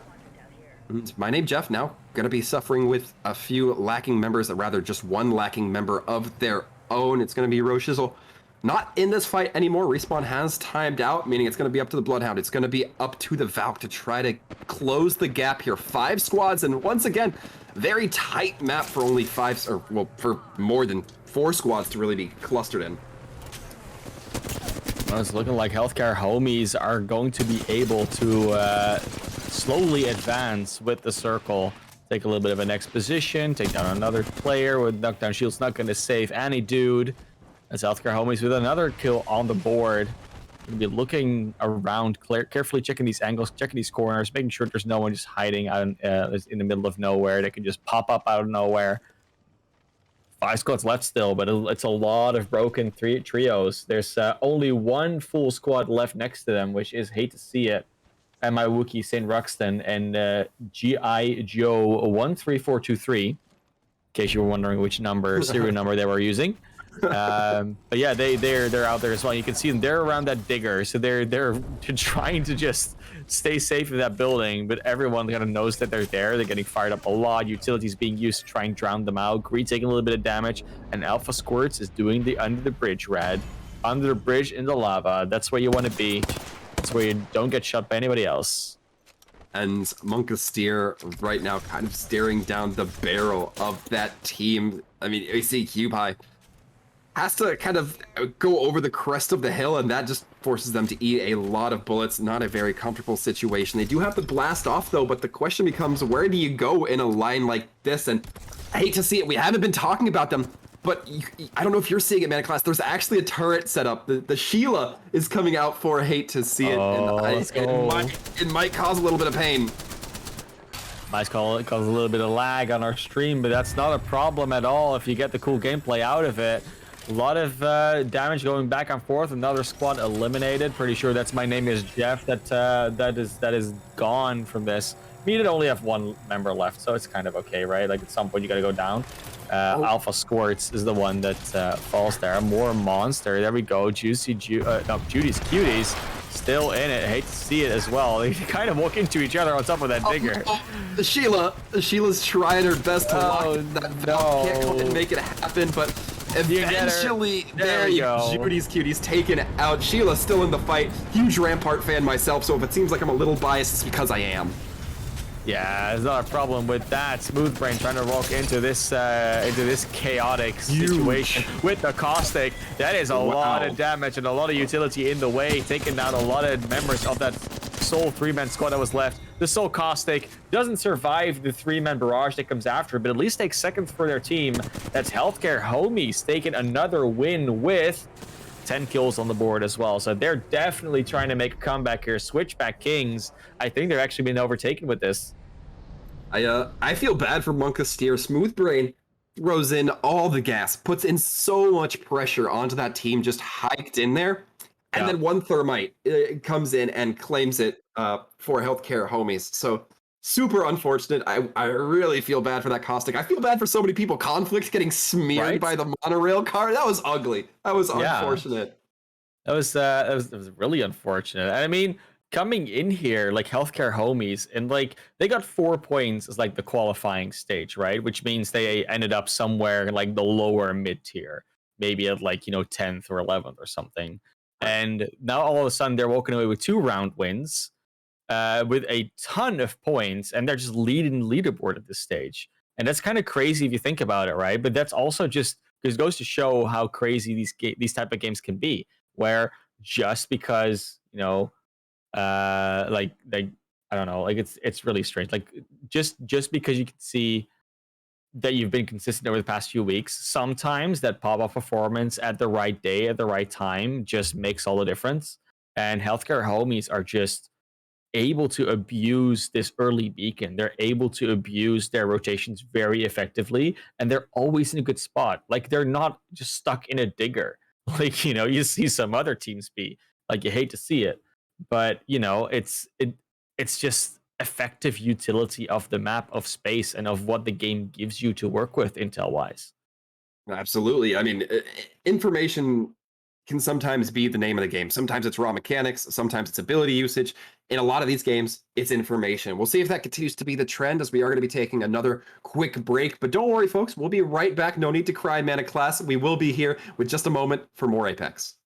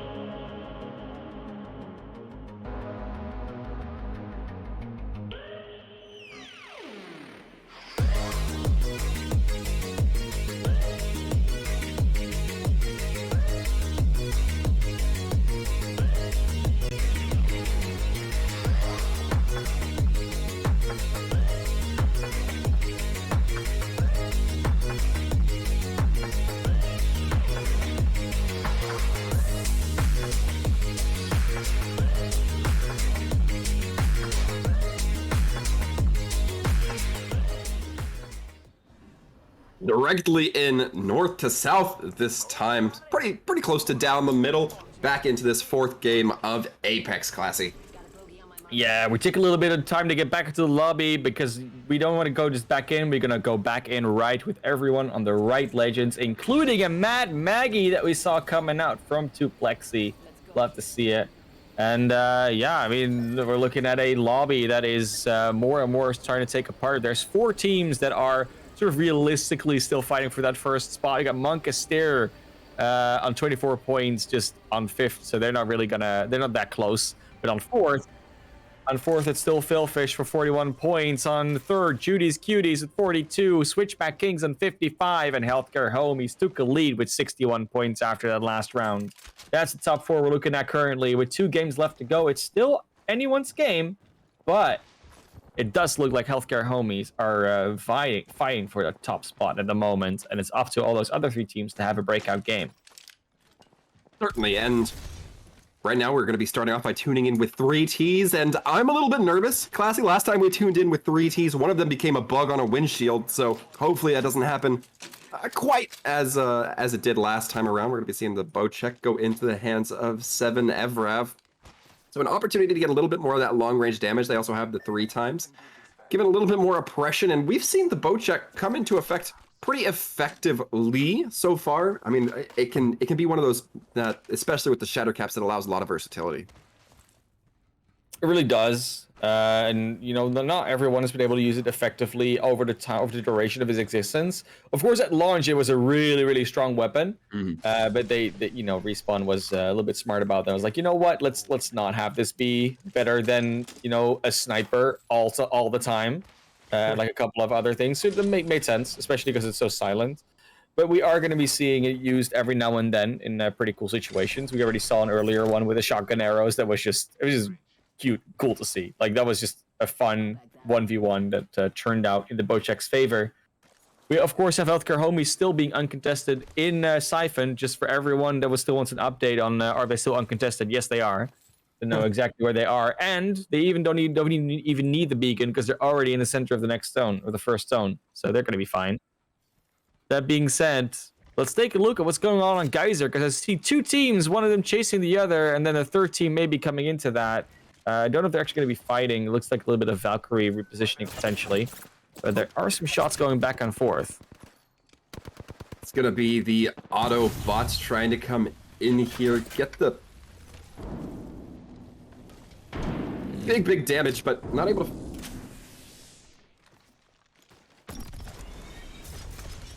Yeah, getting some interesting gameplay feed over here. Seeing a very big mini-map is what I'm getting. Yeah, me too. But rest assured, folks, that symbol does mean that the dome shield has been dropped. Well, now we're going to be seeing that Gibraltar, who dropped the dome shield, take quite a wailing. I believe it's going to be Smarmy, who does eventually fall, trying to cover for the rest of their team. We can already see the number of enemies falling, and that means that Slothfinders will be eliminated. We know you didn't see it, but take our word for it. Just as soon as the cleanup comes in, it's going to be one more member from the Autobots getting dropped. Just Lucky Chuck trying to loot some armor in their favor, but it didn't quite work out. Epic Legends are going to be coming in. That's huge, considering they only have 2 members with lesser ammo capacities. Autobots. Oh, there we see. There's the Newcastle. Newcastle Revive is coming out. They're doing it. He dragged his teammates. Tried to drag his teammate away. Didn't quite get it off, but they do have the beacon to potentially deliver. That's it's a very nicely done there from Invincifro. Still an awesome name. Like, honestly, there's a couple of names in this lobby that are like, yeah, that's just a good name. Invincifro, definitely one of those. And then playing the Newcastle, always love to see it. Tully is providing some covering fire with the Valkyrie, and they're going to be able to get away. Not going to that first respawn beacon, though. They're actually trying to potentially go for a different location, which I get, because obviously that would be the logical place to go. You're going to take the Geyser instead. Quick relocate. For a start, I want to talk about that Epic Legends team that came in and destroyed or killed Just Lucky Chuck. Very fortunate there. Not only did they get the kill, they got 1 point on their board, they also got the loot that they forced the Autobots back from. Autobots really had a good opportunity there because of the Gibraltar fight that we saw early on, but they weren't quite able to feast on the results of their fight. It's good for the opponents, not great for them. Yeah, that's how it goes. You know, it's you don't always get the value out of a fight that you want out of it. As we do see that Slothfinders have already been eliminated, unfortunately. They started off decently this day, but they've just been falling off more and more each game. The Autobots now with the so the Autobots now on the 3 elimination score in the Epic Legends. You know, they lost a member and they got 1 elimination as well. It's what it is. Going over to Monkasteer. Going to be the blast off once again. Yeah. We always anticipate, you know, going to an area because there's gonna be fighting, and then, well, we see Valkyries taking a lift. 3Ts is gonna be trying to give us what we want, though, trying to rain some shots in on that Valk, but I don't blame Conflict for not being able to land those shots. Valk's very difficult to hit in the sky, especially with something like a wingman. So do you think that they just like carry an extra t-shirt with them, so there's still 3Ts because there's only 2 of them? Oh, that's a good question. Another question: what kind of tees are we talking? Like golf tees? Are we talking like t-shirts? No, they have to be tees with some form of like meme art on them. Like one of them is definitely the FBI, but then not, you know, what actual FBI stands for. Someone else. They got like a pop culture shirt, so like a Rick and Morty shirt or something like that, and then like the third shirt is like, you know, a straight up like business casual polo or something like that. I think that's the 3 tees they're going with. I think it's a mistake if one of those T-shirts isn't one of the tuxedo T-shirts. Personally, or a Nessie shirt, that would also be nice. Oh, absolutely. But yeah, either way, in terms of the equipment they're wearing, can't decide in terms of what they want to buy from. They might as well only be wearing a T-shirt at this stage, honestly, like with the armor that they have. So yeah, the 3Ts. They might have a spare, but yeah, apparently wearing 2 shirts over each other just makes for blue armor. That's the other argument you can have. Oh yeah, I like that. However, we're going to be taking a quick break from the 3Ts conversation. Maybe taking a peek over at Harvester. Fingers crossed we don't see any Valkyries preparing to blast off. Autobots always worth a good look. It's going to be L-Star R9 coming in from Just Lucky Chuck, and I'm not sure that's necessarily the most effective weapon composition. Everybody's been getting hit. Yes. They're right next to another squad as well. It's St. Ruxton, G.I. Joe with the long numbers, and Wookiee. Where's the number 5 team coming in here? Is the Autobots trying to take this fight with them? That's a nice Rampart usage here. Oh, yes. And St. Ruxton is going to be finding the 1 drop onto Just Lucky Chuck, who's been having admittedly a pretty tough struggle with it. It's going to be that Rampart continuing here to try to hold on. A lot of good opportunity to really keep that Rampart in a safe spot, but it's going to be St. Ruxton actually pushing forward a little bit, trying to get into it, and the remaining members of the Autobots are actually suffering quite a bit. Totally does have the opportunity to get some information, some recon as to where the few remaining members are, but with Invincifro going down, all of a sudden you don't have a lot of protective abilities. There's a 3rd squad moving in as well. Bambakuzo, Vikas V, and a 3rd member I can't quite put my finger on. There they are, way too Bexy. Talked about them earlier a little bit. There's the Maggie. Here's Maggie coming into it, and there's even a 4th squad from the outside. Very hot area here. Trying to use the ability here to get something going. At least they haven't lost a member yet, but they definitely need some armor and get their shields back up. You see Just Lucky Chuck actually getting the res on their teammate. And St. Ruxton and Wookiee are trying to run away from this. They can't really quite pick up the banner. Invincifro is still lying around somewhere. They still have to get the banner up from that. You see way too Pexy now just taking over this entire area, and they're going to chase this down. They wanted some more, but there's another squad. Like I said, there's another squad that came in from this. Get rid of the caustic banner, and now you can go in. It's Kylo Ben on the other side, still on the Ash, if I'm not mistaken. There is a lot happening in this small area, and this is probably where Maggie would feel the most comfortable to play. Hate to see it. Who were leaning on that Rampart quite early on, do manage to not get the kill in their favor. Now it's going to be up to Failfish for one of the few remaining teams here. Way too Pexy, however, holding a nice angle gravity. Able to throw a lot of damage, a lot of bullets, get the cleanup on the Kylo Ben as well. Few shots, Bamba Caboozle. Oh, they're back. Tully and Just Lucky are back in it. Just Lucky, Chuck, and Tully trying to clean up some more of this fight. They hear fighting going on. They know they're both on full health again. They just want to do something here. They want to get some more value. They can see how much value they're getting already out of this. Tully with the full purple armor wants even more out of this. That's going to be gravity gone. Tully taking a lot of damage though. Just Lucky also falling, and this might be the end here of the Autobots. They do have the banner of Invincifro still, but the Valkyrie movement is just too much. This is the end of a lot of teams we're seeing here, Man of Class. I think we've seen 4 teams die in Harvester so far. At least it feels like it with all this That's playing. impossible because we started with 17. We only got 40. We still got 14 left. So there's a lot of hurt teams at least. Yeah, no, it's great. You see these castle barricades just also just like sitting there. It's just great. Like just it's there, just in the way. New castle barricade. Great, fantastic. He definitely built a new castle. Haha. Well, I can't give you credit for that one. No, definitely don't. But it looks like Bamba-Kazoozel going to be making a sprint for the respawn beacon, or the respawn chip. Now going to be trying to go to a beacon if they can manage to make it happen. There is one right in the middle of the ring, but that's not necessarily the most comfortable one. Yeah, that's not where you want to go, is it? There is one on the far east, so like around yeah, like towards the geyser. There's still one left. But Tully as well going to be blasting in, trying to maybe find their own way towards that respawn beacon. We can see them landing on the left side, that turquoise-ish color arrow that's landing a little bit towards the tracks. They're going to be making contact towards tree. Yeah, towards they're going to be making contact with the Switchback Kings, and that's not a great spot. Totally, no matter how strong you play, it's very difficult to overcome 3 Switchback Kings. I don't know where the Switchback Kings are. They're like in the tunnel, or they're on top or like below the tunnel. It does look like he's actually getting a fairly free route through here. But I think he wants to go to like the respawn beacon that's underneath tree. But it's a very tricky spot to get to. There's a couple of teams around there, including Judy's Cuties. And like you said, of course, the Switchback Kings.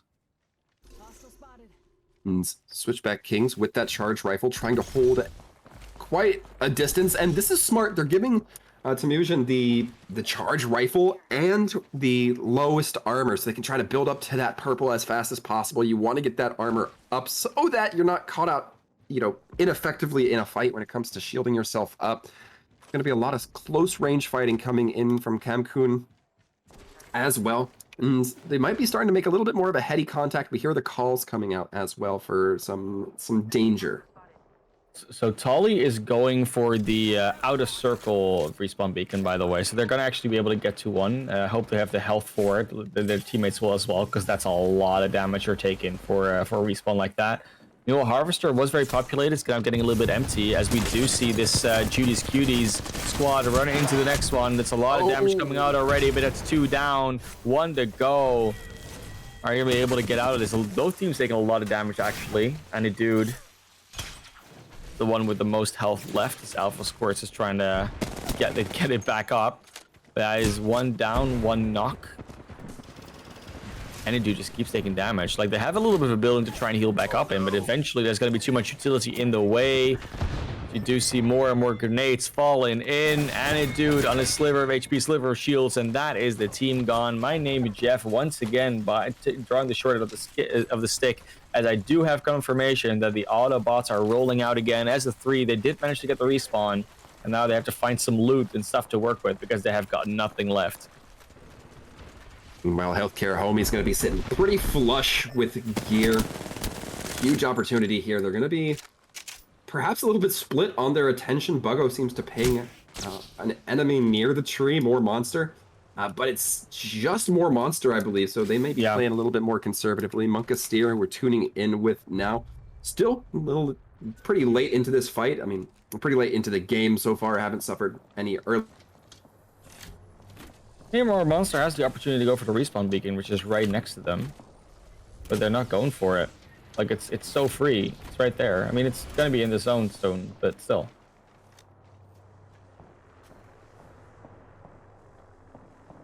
We'll look whether or not we're gonna be seeing whether Thirst Different to be able to survive this skirmish that they're currently in. So it's a bit of a long range fight. So we'll see whether or not they're going to be able to actually take some peeks, take some shots.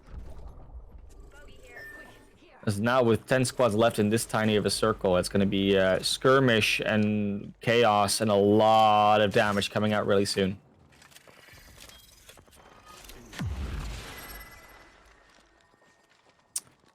Popcorn, Dove Dart, and Orion Go trying to also again just survive. Like they're trying to just find a squad, trying to do something to do it. They all have like decent armor, they got enough loot, so they should be able to just fight. But if you're in a position like where they are right now, you kind of just want to relocate. Like you want to potentially use that Valkyrie ultimate if you have it and just get out of there. That being said, they do have some good shots here. The 330, just 30-30 is doing a lot of work here on Ryan. See whether or not going to be able to continue this, as there's different. I mean, yeah, you're in a decent spot. Like you're not not forced to move very soon. Eventually, you're gonna have to. Like it's not the best situation that you're in. We see a lot of teams already coinciding towards like northeast side of the zone, and trying to figure out like the closest way to get in there. I see the relocates coming out from a couple of different teams. They're gonna be jumping straight into more monster and corrupt file. Like a little bit of respawn had to come in there before, but it's not gonna be enough. Monka Stare, a lot of damage right now on Cupai Mayo as well, and there's Laserical on the Caustic. A lot of damage coming their way. They're still able to go around it. Smoothbrain did get down. They have to can potentially recover the banner, but I think at this stage of the game, that's not really going to net you much. They're just going to be looking for enemies, just going to be looking for a safe way out of the situation, because they're so stuck here on all these structures, and they know exactly where the enemies know exactly where they're going to be coming from. So this is going to be Q5 Mayo just trying to make a run for it on that Valkyrie. Teammate gets down, gets taken out. Healthcare Homies once again in a great spot to just pick up the kills on the side of the zone. Another enemy that they're trying to get down. It's just greed getting all the eliminations, all the downs right now, and they do actually lose 3 Hertz. 3 Hertz has to just get picked back up. They have to try and defend themselves from this position. 2 down, only Greed left as Buggo on the ground.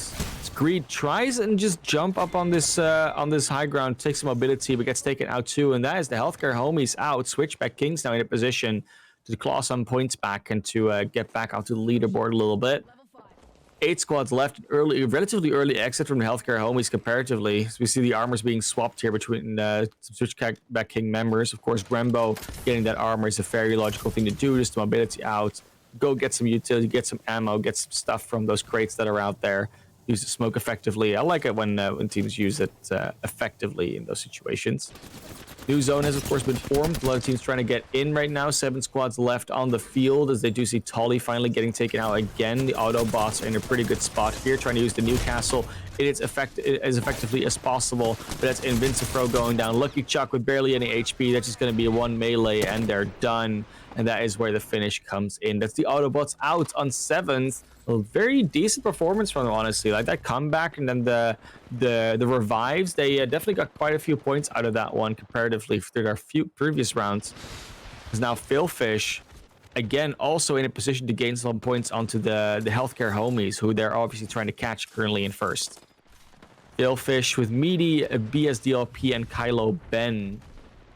I think they're in a pretty good spot in terms of the zone. Like they do not really need to move anytime soon. It's going to be up to the other 3 squads that are still alive to try and make their way over into that circle. They still have a little bit of time left. 30 seconds is a decent amount of time to work with. They don't have that far to go, but obviously anyone that is anybody is going to be seeing the move, and that's a couple of shots there from a charge rifle. BSDLP looking out for that one. Good shots here from the R301 on Meaty, trying to get some damage, some poke, some pressure on the enemy team, but Philfish in such a good spot still. Like they have everything to play with. Going after Old Man Wisdom there. I don't think they knew they went up to the branch. They can see it now. Old Man Wisdom shooting down, but I'm Trash Bro Maybe the sole survivor on that squad for now, as only 4 squads remaining still. I'm Trash just really has to find a place to show that they're not trash, to maybe get some eliminations out. They'll get behind the squad. Gordon Thug Nasty doesn't see it, because going to get taken down. And in the Gibraltar Dome, yeah, you're not going to be able to get the Gibraltar, but at least you get that extra down out of it. It might net you some extra points. As with eight players in the game, there's not that many full squads left in the first place. This is going to be I'm Trash Bro trying to find that next elimination, trying to find that next kill, potentially to get some further out. It's just Deja Vu on this Gibraltar. Doesn't have the dome cooldown just yet. Gotta wait a couple more seconds, but they'll be a little bit safe in this spot. No one knows where they are. I'm Trash Bro trying to get close to the location, maybe loot a little bit. They need some more shields, more armor, and they walk straight into it, straight into the Mastiff. That's the elimination. That's third place secured here. Little bit of a tactical crouch from Deja Vu. Of course, wants to stay safe. So you see the Switchback Kings, 7 eliminations, at least, probably more on their name already. 3 squads in the game. They're potentially taking out another breakout game just after the game 1 that they already had. Trying to take back the lead from the Healthcare Homies, but they still have to contest with Philfish, who are obviously also in a very interested party in taking that first place back. Nice shield break on the Valkyrie of Philfish right there. Then Meaty actually gets taken down as a result by that Mastiff. Deja Vu, that Mastiff is a very, very, very dangerous party to reckon with. As Kylo Ben also getting downed and taken out by Grambo. Switchback Kings in an ultimate spot to take this out here. There they finally spot the Gibraltar. Not going to jump into that Mastiff themselves, but the Gibraltar Dome is going to buy them a little bit more time to potentially be the second squad instead of the third squad that is left. Mozambique, we talked about them a little bit earlier. We saw them do pretty well in the game. This time around, though, they don't look like they're going to be the third squad. They're going to be the third squad out, not the second, unfortunately. Switchback Kings looking for that last member. There it is, Philfish out. Switchback Kings, the champion of round 4. As we're going to go into round 5 next, the final round of the day. This is going to be a very clutch finish, particularly between the Switchback Kings and of course the Healthcare Homies, but Philfish definitely doing themselves a service in this round. I think they got a fair few eliminations on the board as well. 14, yeah, no, they definitely took a lot out of it. That means they actually end up with more points than the Switchback Kings. 2 more points to be precise. But that's both of those teams doing good business to try and catch back up to the Healthcare Homies. As you see, I'm a little bit alone in a small technical issue on the side of Waltham. He'll be back soon. I'm not too worried about that. So while we get ready, after we saw all these teams perform so beautifully well, we're going to take a little bit of a break before Game 5, the last game of the day. Going to update you on all the scores and how all these teams are doing. And then we can finally crown the Apex Legends champion in the CEA Spring Finals.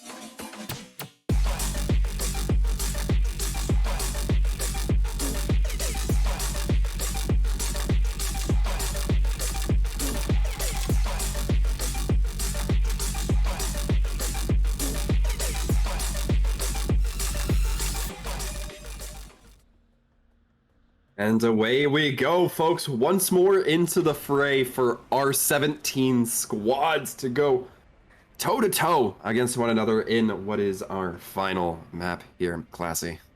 I mean, do you think you can handle the gameplay this time around? Or I don't your know. game, it was a lot to handle that last one. I It definitely was. would agree with your PC.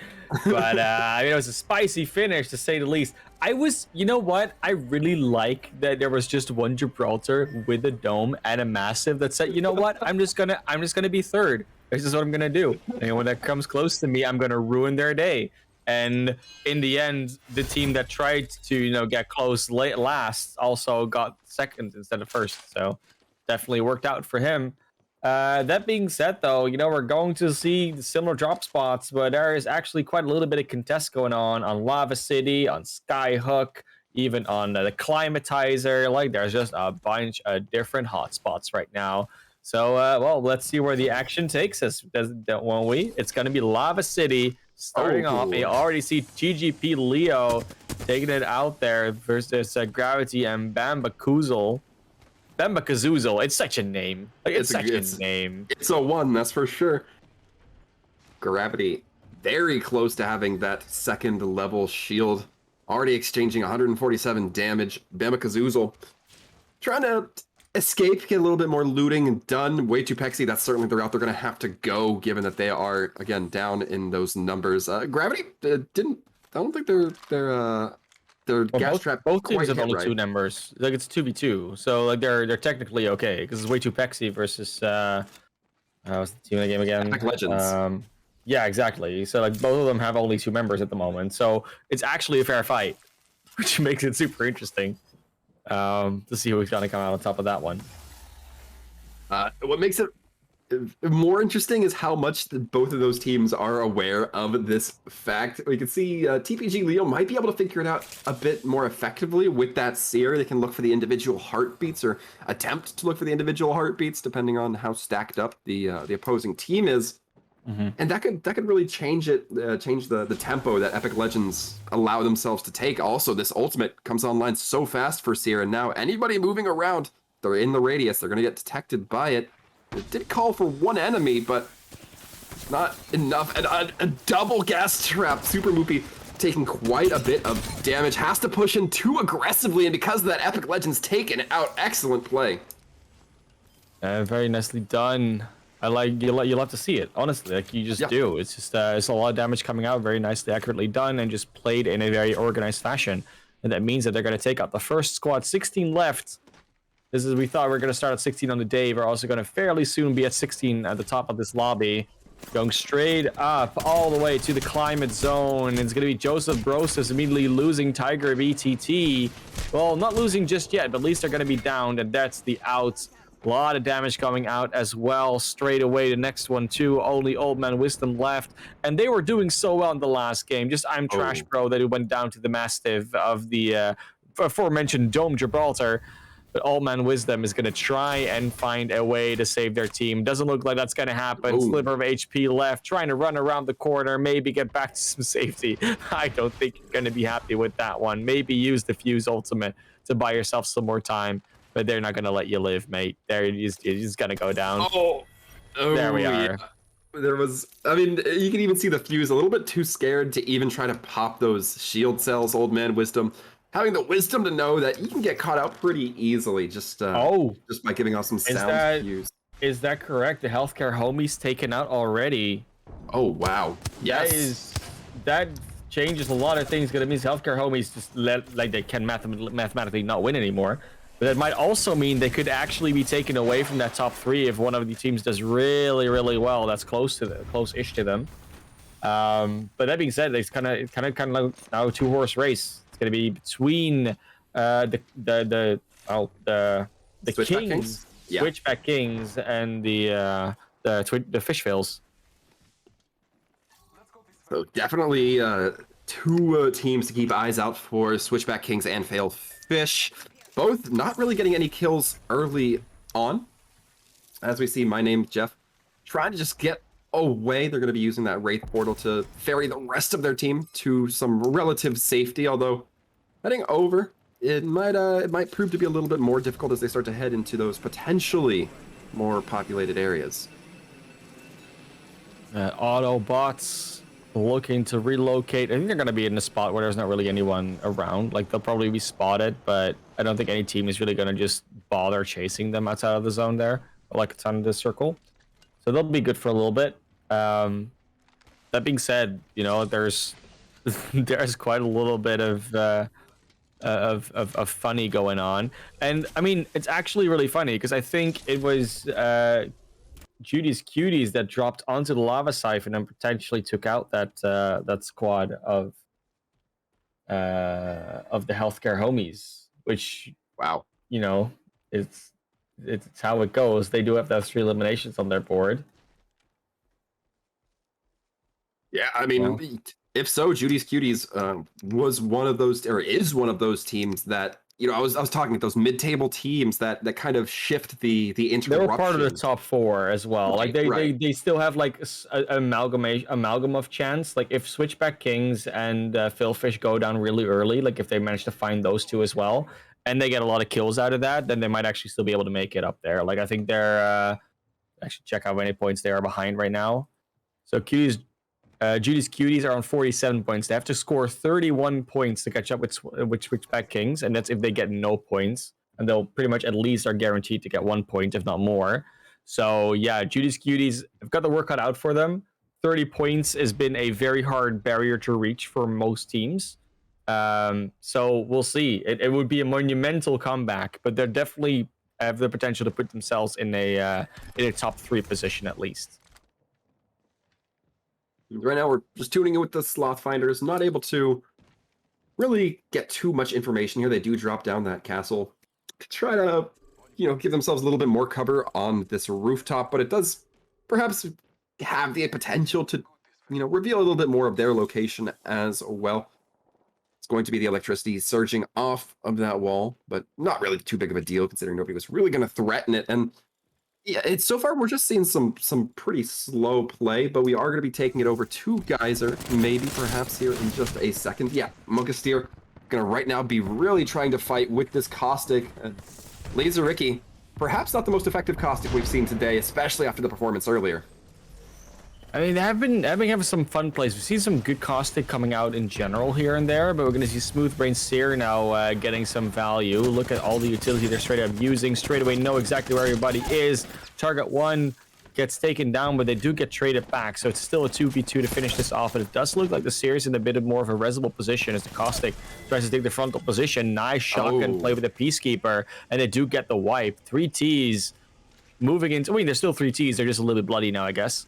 Yeah, and well, there were actually 3 of them this time, Classy. Yeah, there were 3. They did it. You know, they got them in. Well, they're out again, but at least there were 3 for them for a little bit. Yeah, I mean, we're still struggling to see exactly which of these teams is going to be able to take this dominant position, as we see a lot of teams, or rather a lot, but 2 teams that are, you know, still in the lava side within the ring. Yeah, Wired Net and Gordon Thugnassi going to be taken out by Madam Beak is out, and that is Judy's Cuties taking another squad out. They're really on a tear at the moment, and once again, if they get a very high kill count game, if they are getting first, and they like a bunch of other things happen, there's still potential for them to maybe come back into this and take the first place spot out. But you know, again, top 3 very reasonable, especially since the healthcare homies have been taken out. So already on a very good track to potentially take that back. Currently 5 eliminations, and they are in the top 12. And that's all with the giant asterisk of you also have to be putting some consideration into the Switchback Kings and the Failfish. You have to know just as well as you're doing, how well your opponents are doing as well. Sam Squatch, we can see that Seer taking more and more damage, getting dangerously low, is going to have to pop some healing at a certain point. Otherwise, they're going to bog down their whole team. And that's not a situation anybody wants to be in. Sam Squatch I think they're making it. Yeah, they're on the safety now, and that's where they're gonna heal. Got the Med Kid, they got the Phoenix Kids, they got everything going on. They're fine. They know exactly how their timing works. A lot of teams going over to where that Geyser and Fragment East area, though, so definitely looks like we probably should take a look over there. And one of the teams that is actually there is Way2Pexi. I mean, we saw them a little bit in the past game where they just came in the third party and then fourth party, and then there was just the whole shebang up on the up on the map. This time around, they are still in a situation where there's a couple teams around them, so they got to be a little bit careful about that. Because there's only 2 of them. So they still need to be careful about the Bambakuzul. It just keeps tripping you up. You know? It sounds great. hard for you. Yeah. And luckily their teammate, it's just Gravity. You know, it's very familiar, very sound, and you know the laws still apply in this game. Consistent, we'll say, from Gravity. Yeah. Consistent performance is, something that I think we've been seeing out of Gravity. It's kind of all you want. It's what you want out of Gravity, consistent performance. Yeah. I don't want Gravity to be switched on and off at random. I'm completely with you, Manaclass. But Slothfinders right now continuing to try to exchange these shots, but admittedly not finding a whole lot. They know that they probably can't push too aggressively into their opposition here because of, again, Gravity being that eternal force that just keeps you at bay for as long as they feel necessary. And there's Bowgun with the nice buddy, the nice charm there on the wingman. A little bit of a cluck, and they're playing the Newcastle, which first time that they are on the Newcastle. It's always been only the one player on the Autobots. But representing here is Bowgun. And right now, Slothfinders getting the scan out, enabling them to know exactly where the traps are located for that Valk, for that Caustic. But you already knew where the team was. You already knew basically where the traps were in such a small room. It's effectively all the same, but you didn't necessarily know that there were 2 members there unless you've been keeping really tight track. So perhaps a big opportunity there. Big opportunity for Munkastyr as well, as we're seeing an engagement happen. Nice rotation though through the tunnel. There's not really anyone in the way at the moment. They do have to be a little bit careful because they might run into a couple of other squads. Like, it's not a given that you can just walk through here. I hate to see it. On their own is G.I. Joe 13423. And there's a lot of G.I. Joes made in terms of like action figures, but I thought there was only one G.I. Joe. Maybe everybody is a G.I. Joe, and then, like you said, just a different serial number. Yeah, that's probably how it works. I don't know. In this situation though, G.I. Joe, as many as there might be, you're the one they're looking for. So you gotta be careful about that. Once to potentially recover those banners, but I mean, realistically speaking, you kind of know that they're either going to be camped or there's just someone going to be in the way. So not really a realistic thing to go for. And the composition, hate to see it, is currently running is very defensive. I'm not sure if that's necessarily the way they want to go, but Cuties on the other hand, running something a little bit more, I guess, read and push. They have that Seer, they have the Octane, they have the Valk, so they can get some information. They can, analyze where their opponents are going to be, and then they can really push ahead. And we're going to be seeing them, in fact, take the leap to maybe chase down another team. Yeah, and right now Philfish are definitely trying to get up to that first place. They're currently also on 5 eliminations next to Judy's Cutie, so they're not going to be able to be caught up with that easily. But we still have the Switchback Kings. They're in the game, but they have 0 eliminations. So there's definitely a lot of points being gained on them by both those squads. Judy's Cutie is jumping straight into another one, gets a Mastiff to the face. Pistolian and Vincifro just don't want to let this go without a fight. They know they're not on first. They know they're not on second. They're definitely going to try and throw a wrench into the plans of both the teams that want to be in those positions. That is Sam Squatch and More Monster, and the plans of Judy's Cuties might just be going up in smoke over here with this one engagement where they did the wrong Valkyrie launch. That is what happens when everyone keeps picking Valkyrie. They just that's the consequence of your actions. And Judy's Cuties knows that at this point, placement is going to help them carry as far as possible. They don't have the banners for War Monster. They don't have the banners for Sam Squatch, meaning that they're just going to try to keep a rat-style gameplay coming in from Corrupt File. It's exactly what they need. And the Autobots seem content to just kind of let them forget about it. Invincifro and Tolly going to be both missing Just Lucky Chuck, meaning that they might not feel the most engaged to keep going on their own as well. We're seeing Autobots trying to exchange some shots, but not able to find all that much. Invincifro would love to get 22 more damage to build up to that purple armor. Oh, but that's not what he wants. Meanwhile, Philfish is taking out Macro hard. They're really going hard on the eliminations at the moment. They're getting a lot of points. And we know Philfish is the team that has been more than once, I'd say like about 5-6 times in the overall season, been able to get well over 30 points, like 32, 33, 34, something like that. Like, they are the team with the high score, so we know they can clutch. We know they can just pop off. And if you want to catch the team that is the Switchback Kings, this is where you're gonna have to get them. This is the round, because this is the last one. Like, there's no other choice you have. And conversely, for anybody else looking to kind of overthrow the Failfish, you have to end them now. You have to make sure that they're already gonna get a bunch of points from kills. You have to make sure that they don't also get a bunch of points from placements. Failfish continuing to move on, however, moving, making sure they don't necessarily get pinned down. Gonna be using that Octane, getting themselves moved quite fast, and Failfish overall running a very mobile comp, making sure that they just don't allow anybody to find them. And oh my goodness, a nice try to get Corrupt File, and they don't quite get it. I don't know. They got somebody. Autobots are at least out now, and we do see finally the Switchback Kings getting into a little bit of a skirmish in the west. We do see Philfish also finding another potentially juicy target in Corrupt File. Yeah, Corrupt File is pinned down pretty firmly. Might just have to acknowledge that they don't take any damage from the bullets, at least initially, from the Arcstar, from the rockets.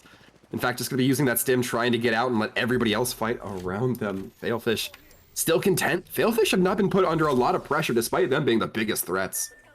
Yeah, they've been doing a lot of work here. And I mean, they have 12 points to catch up on the Switchback Kings. So they do have a lot of work to do. But it is not over until it's over, as they love to say. And that's what I love to say it, but you know, I will say it because it's just a very good saying. But yeah, Jump at Throw, trying to throw a little bit of a wrench in the plans of a couple of people here. Thrust and Tamphy coming in from the northeast. And they're coming up right behind where Philfish is currently holding. So they're putting a lot of pressure on that squad. Jump at Pro doing a really good job of just whittling down that health and that armor a little bit. Failfish are in a tough spot because you don't think they can get BSD or Res. That's just going to be way too out in the open. They'll eventually be able to make their way there. I don't think anybody's going to hear the voice lines either, but they will be sonar detected. The question is, how much healing can BSD get online before they're actually, pressurized themselves? It's going to be the full Phoenix kit from the looks of it, and that's pretty good. That's very good for Failfish. Yeah, it really is. Meanwhile, we do have Philfish is like they're in the zone right now. They're trying to find like a different place to go. A lot of mobility being used. So they do see another squad running straight into Smooth Brain, Cupid Mayo, and Laserickel. Nicely done. Do get a little bit of a crossfire going. One down already on the Valkyrie, so they don't have a quick escape anymore. Trying to get that up. The Caustic in the way. It's obviously a very nice tool to just have to be annoying towards another team. Kylo Ben already used the armor pack, the shield generator, the shield cell. That are gonna have to lose a little bit more health. The aggression again coming out from Philfish, so nice, using all the utility, all the weapons in their arsenal, but they can't quite find the downs, can't find the knocks. It is just a little bit longer, a little bit more that they need, and they do get a lot of damage out. Eventually, they'll get like 1 or 2 knocks maybe, but they also know there's another player coming in from the side. Nice shots from the range. Don't quite get the elimination out of it, but Philfish once again, their aggression is netting them so much at this stage. And Failfish putting themselves in a little bit more of a vulnerable position because they could get choked off in that small tunnel area. Not going to quite be the case. Monk Castillo, who they were chasing down, couldn't quite get the final kill onto Cupid, but Cupid looks like they're going to be trapped behind Ring. Will eventually be taken down, as is My Name's Jeff, meaning that there's only going to be 6 teams left. Switchback Kings now look like they might start to claim some kills of their own. They got 6 on the board right now. Yeah. There's only 5 points between these two teams. Only 4 squads in the game.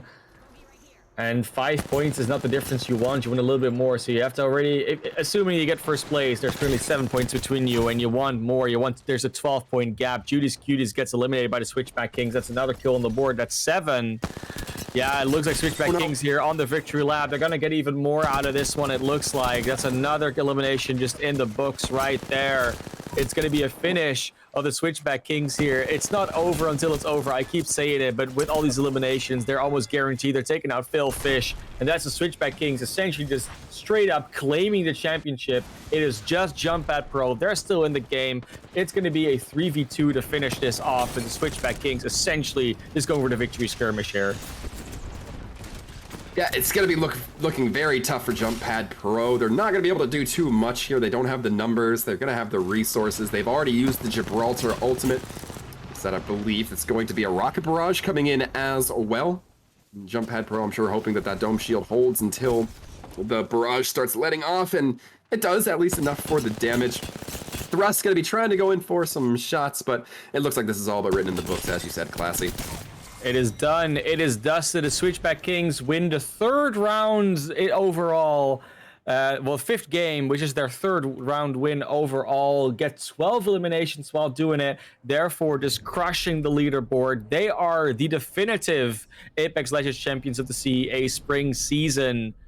And what a performance. I mean, you talk about like getting a lot of value, getting a lot of kills, getting a lot of eliminations, but in the end, they just blew everybody out of the water, including the Phil Fish, which Fisher used to be blown out of the water, I guess, but in this situation, even worse.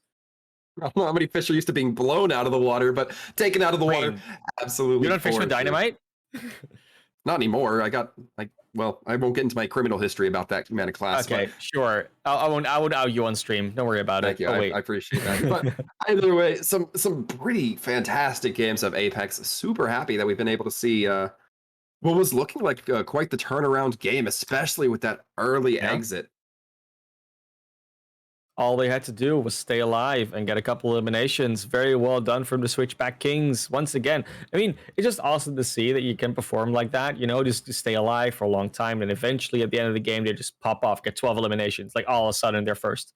Like it happened in such a short span of time that they got racked all those kills up. All these other teams, especially like Phil Fish, has just been grinding the entire round, getting kill, getting another kill, maybe another squad wipe. And in the end, it's just, it looks so easy the way they execute it. It's ridiculous.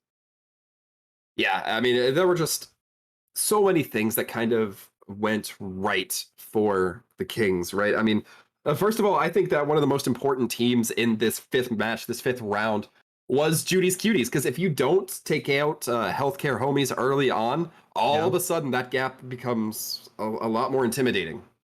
Yeah, maybe something else happens, you know, like Judy's, like healthcare homies could do something fun, could be bringing something back in.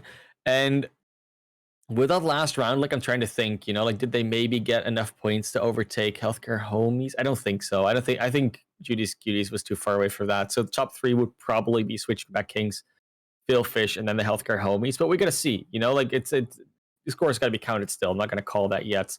The only thing that Switchback Kings was first and Phil Fish are second, that's pretty much set in stone. Like, there's not much you can do about that. That's just, you know, even my live on stream math is not that wrong. But yeah, no, definitely something going on there. But yeah, so what we're gonna do now is we're gonna look back at a beautiful season of CEA Apex. I think it was the first season of CEA Apex as well, if I'm not mistaken, which is really cool. So yeah, I mean, again, Switchback Kings just win by a lot. Is pretty much the thing. Yeah, like I'm just excited. Happy to look at like the actual scores. Of course, we got a beautiful scoreboard as well that we can look at. That's where we are. It's where we have them. They're done. They're finished. In the books. This is where we're ended. They got the 101. They taught everybody in the first season a score, the Apex 101 lesson. This is how you finish a season with the exact 101 points. Phil Fish indeed on 84, Healthcare Homies 69, nice, and then Judy's Cuties on 58. They came close-ish, but not quite close enough. And the fifth place, Monkasteer on 41 points. Of course, there's a bunch of other teams below that. Everyone contributing. I think definitely some honorable mentions to the Autobots, playing with two members a fair few times. The only team that really consistently ran the Newcastle. And And no Joseph Valve. Yeah. Grossov's also doing a pretty good job of a lot of things. Like they were around. They definitely had a few cool rounds, a few cool fights going on here and there. I mean, we could go through all the teams, obviously, but we Right. don't Right. remember all of them specifically. There's different. My name is Jeff Macro Hard. Hate to see it. Slot Finders, Jump at Pro, Metambique. Here, 3Ts, Way Too Pexy, Apex, Epic Legends, not Apex Legends, Epic Oh, Legends. And then the last three teams, I don't think they actually showed up today. We got Abe Bloomberg and Chevy Volt that got points for some reason.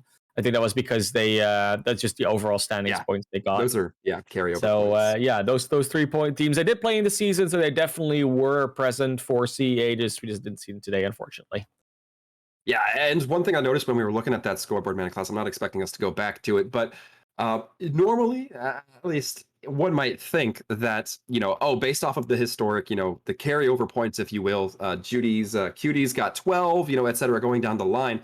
You might have expected it to kind of follow a similar pattern, but I don't think we really saw that. I mean, second place from last week's historic was, first place here. The second, I guess the third or second place from last week as well was also fifth place this week. It's kind of all over the place, but overall I don't think we really expected as chaotically distributed of a number system as I think I saw.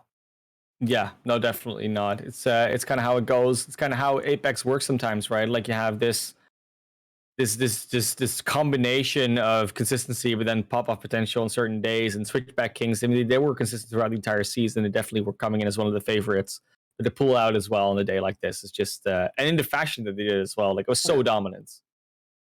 Yeah, I absolutely have to agree. And we are about ready to wrap things up, folks. But we are going to take a quick break. We will be right back. So make sure you don't go anywhere. We're not quite done. We'll be back with CEA.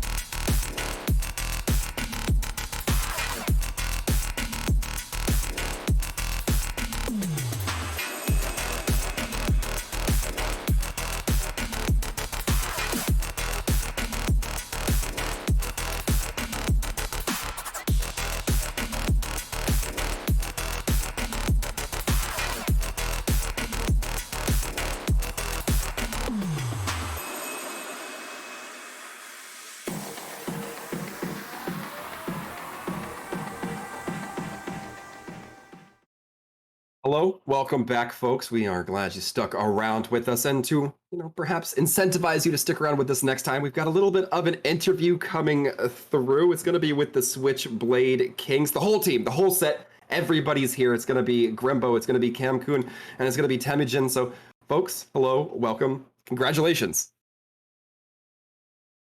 Hey, Thank hey. you. Thank Super you. pumped. Thank you. Yeah, super pumped. You guys had a fantastic performance. Absolutely understand why you're pumped, and make these a little bit easier. I'll be addressing questions one at a time individually, so we're not trying to speak over each other. So there's no confusion. I guess we'll start with Grembo, if that's all right. Grembo, I want to know what's kind of the team coordination between you, Camcoon, and Temujin. Is it kind of one of those things where you guys, have those hard practice days, or is it just kind of, oh, we're just a group of people who hops into Apex public games? No, so we actually formed our team a few weeks before the season started, and kind of started playing together, and had never played together before, and we really developed some chemistry really quickly. From like a role perspective, I would say I'm the captain and in-game leader, so I'm pretty much out there making calls, looking at the map, seeing what our rotations are, calling on the rotations, onto off rotations, onto fights, off the fights, and then also calling for Valk rotations as far as that goes.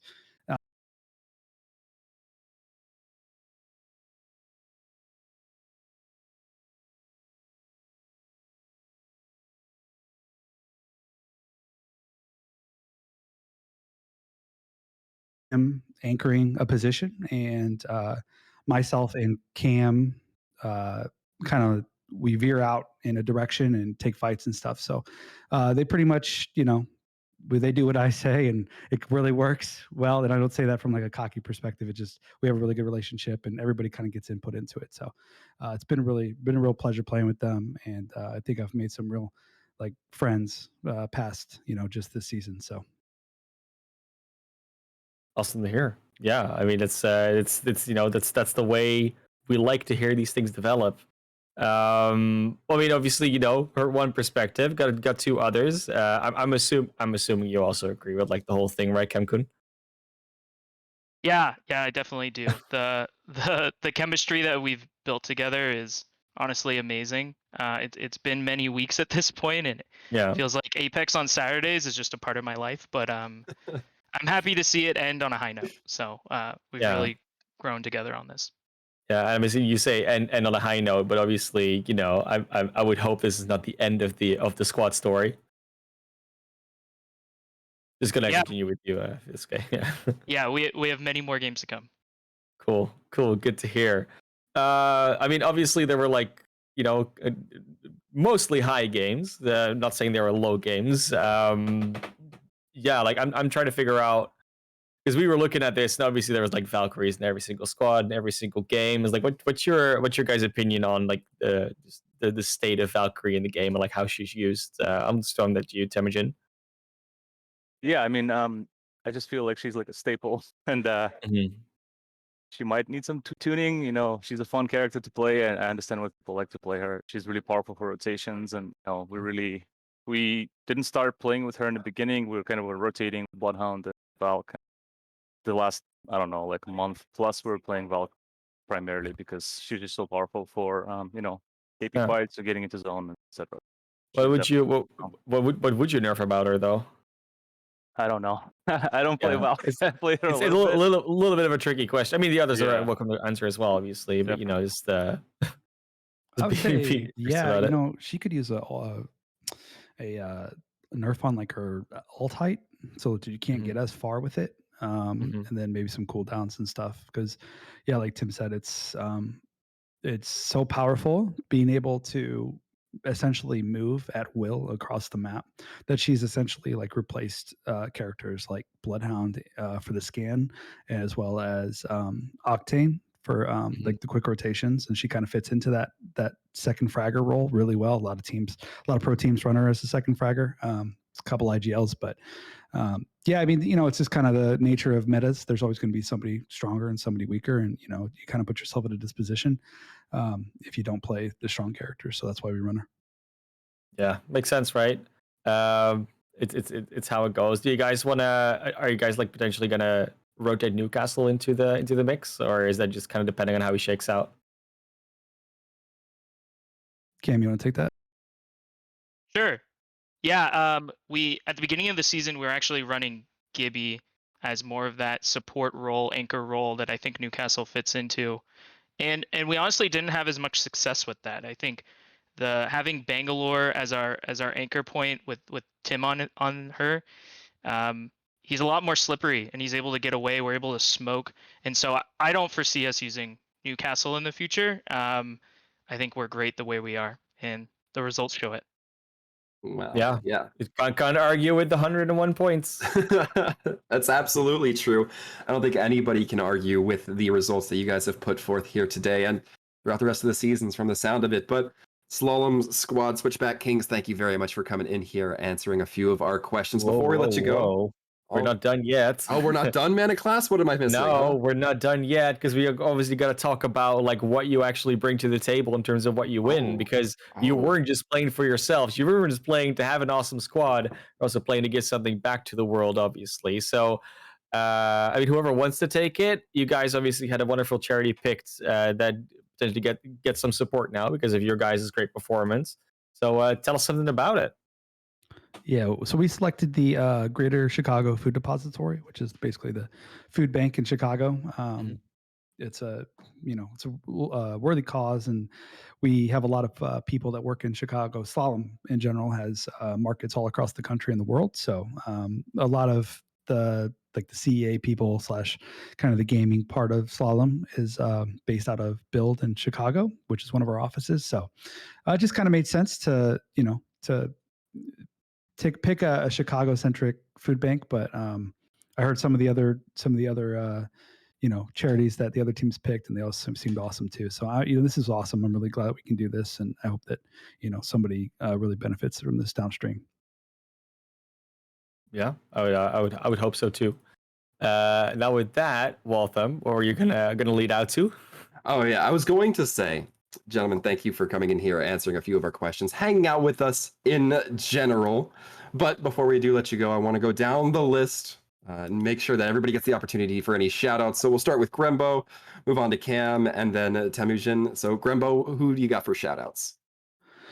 Oh man, I'll have to shout out, well, for one, my team, Cam and Tim. I know that's a little corny, but seriously, I think we were the only team in the league that missed or played every single game together. None of us missed a single week. We, put a time aside and stuff like that. And then I think a secondary shout out would be to kind of my team members and my bosses here in the St. Louis office. They've been really supportive and hooked us up with like a goodie bag before the finals today. And they were watching on stream. So it's awesome having that kind of support from your team members. And so yeah, that's my shout out.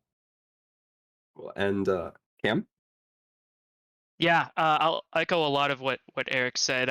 I will actually, as my number one shout out, my wife Alyssa. As you can imagine, her Saturdays have been taken away for the past 12 weeks as we've played. So I'm sure she's very happy for this to be over and for us to win. And so outside of that, shout out to you, Eric and Tim. I think it was a great time together, and I appreciate all the friendship. So thank you. And last but certainly not least, Temujin, what do you got? Who do you want to shout out, my friend? So I'll mirror what my teammates are saying. First, the wife. She has certainly a lot of time taken out of our weekends and stuff, and she stuck through it, so great. Then also my friends, my teammates, my cousin, and my local market, Atlanta represent. There you go. Got to get it in there. So, and also the all the teams in the tournament. I think it was like a lot of teams stuck around, and everybody was like having fun. And that's the most important thing. Can I slip one last in there? I want to Yep. slip in Ethel, who is our Yeah. CEA lead for slalom. She's the one that organized all the CEA teams for slalom, and she also plays on our Overwatch team. And she has been absolutely instrumental in getting all this stuff organized. She's been cheering us on every week in my stream, and she's been absolutely a joy to work with and stuff like that. So Ethel, if you're out there, thank you so much. You're awesome. Keep doing you. Fantastic, gentlemen. Love hearing Once the again, background support. some brilliant shout outs there. We really appreciate it. And we appreciate you folks coming in here, answering a few of our questions as well, entertaining the folks at home. You guys put on a fantastic performance. So in case I haven't personally said it enough, a big thank you and a bigger congratulations. Thank you. Thank you. Thank you. Guys. And Well, that's yeah. it. That's it. Well, I say that's it, but we Oh. talked about the wonderful charity, of course, that Slalom has been supporting. But we got Mhm. 2 more charities to shout out because they also get a little bit of a piece of the pie. Obviously, first charity is going to be from Phil Fish, who got second place. They they were fighting for the Ocean Conservancy. Obviously, a lot of I wouldn't say problems with the ocean, but there's a lot of environmental and ecological damage and problematic situations around the ocean every now and then in terms of wildlife, in terms of coral, in terms of everything, in terms of the environment, which the charity helps a lot with. And then the Healthcare Homies, also very much nature fans, supporting the World Wildlife Fund. One of the ones that is a little bit more known around the world, obviously, but that doesn't mean it's any more or less important than the other ones. So yeah, both those charities also getting a little bit of more support because of the wonderful gameplay and the wonderful initiative that the CEA brings to the world. Yeah, of all these charities, I don't think there was a loser here tonight. I think that everybody's certainly going to be benefiting from the impact these charities have. Definitely appreciate the fact that we are able to help and these players are able to help the charities that they have selected. And overall, don't think we can have more of a I don't think we could have in any way a disappointing Apex matchup when these charities are involved here, Mana Class. Yeah, no, definitely. It's definitely how that goes, and obviously the charities aren't the only reason why we love this. We love the stories from these teams, right? Like you hear it, they form a couple of weeks before the season starts, and now they're like, our synergy's so good. Like you love playing together. They're giving up their Saturdays, but they love doing it. I wouldn't say they're almost collapsing their marriages because they love it so much, but you did hear that their significant others were under a little bit of stress here and there, but that's okay because just as these wonderful players have gotten to play together and like gotten some communication, gotten more team building going on, so can that happen with anybody at any company. Like you don't have to work in the same department or even in the same country sometimes to really build that connection. So if you are watching, if you are part of the company that doesn't yet do CEA or hasn't done CEA Apex, join in. There's a bunch of other games going on as well. You can it's a great team building exercise. Like we were talking about earlier, it's probably better than trying to do a trust fall. Like what better to do is like when you just turn your back and you trust your teammate to make sure you don't die rather than just trying to fall into a bunch of people. Like it's a different experience. And it's also a lot easier to organize most of the time because people love playing games. You're absolutely right about that, Mana Class. And I'm going to go ahead and speak for you and myself here when I say that if nothing else, you and I would love to cast more people from more companies anywhere that we can get them. So, folks, if you have any interest, please get in touch with your contacts for CEA. We'd love to see you next season, and we hope to do see you next season. But until then, remember, everybody, stay safe and take care.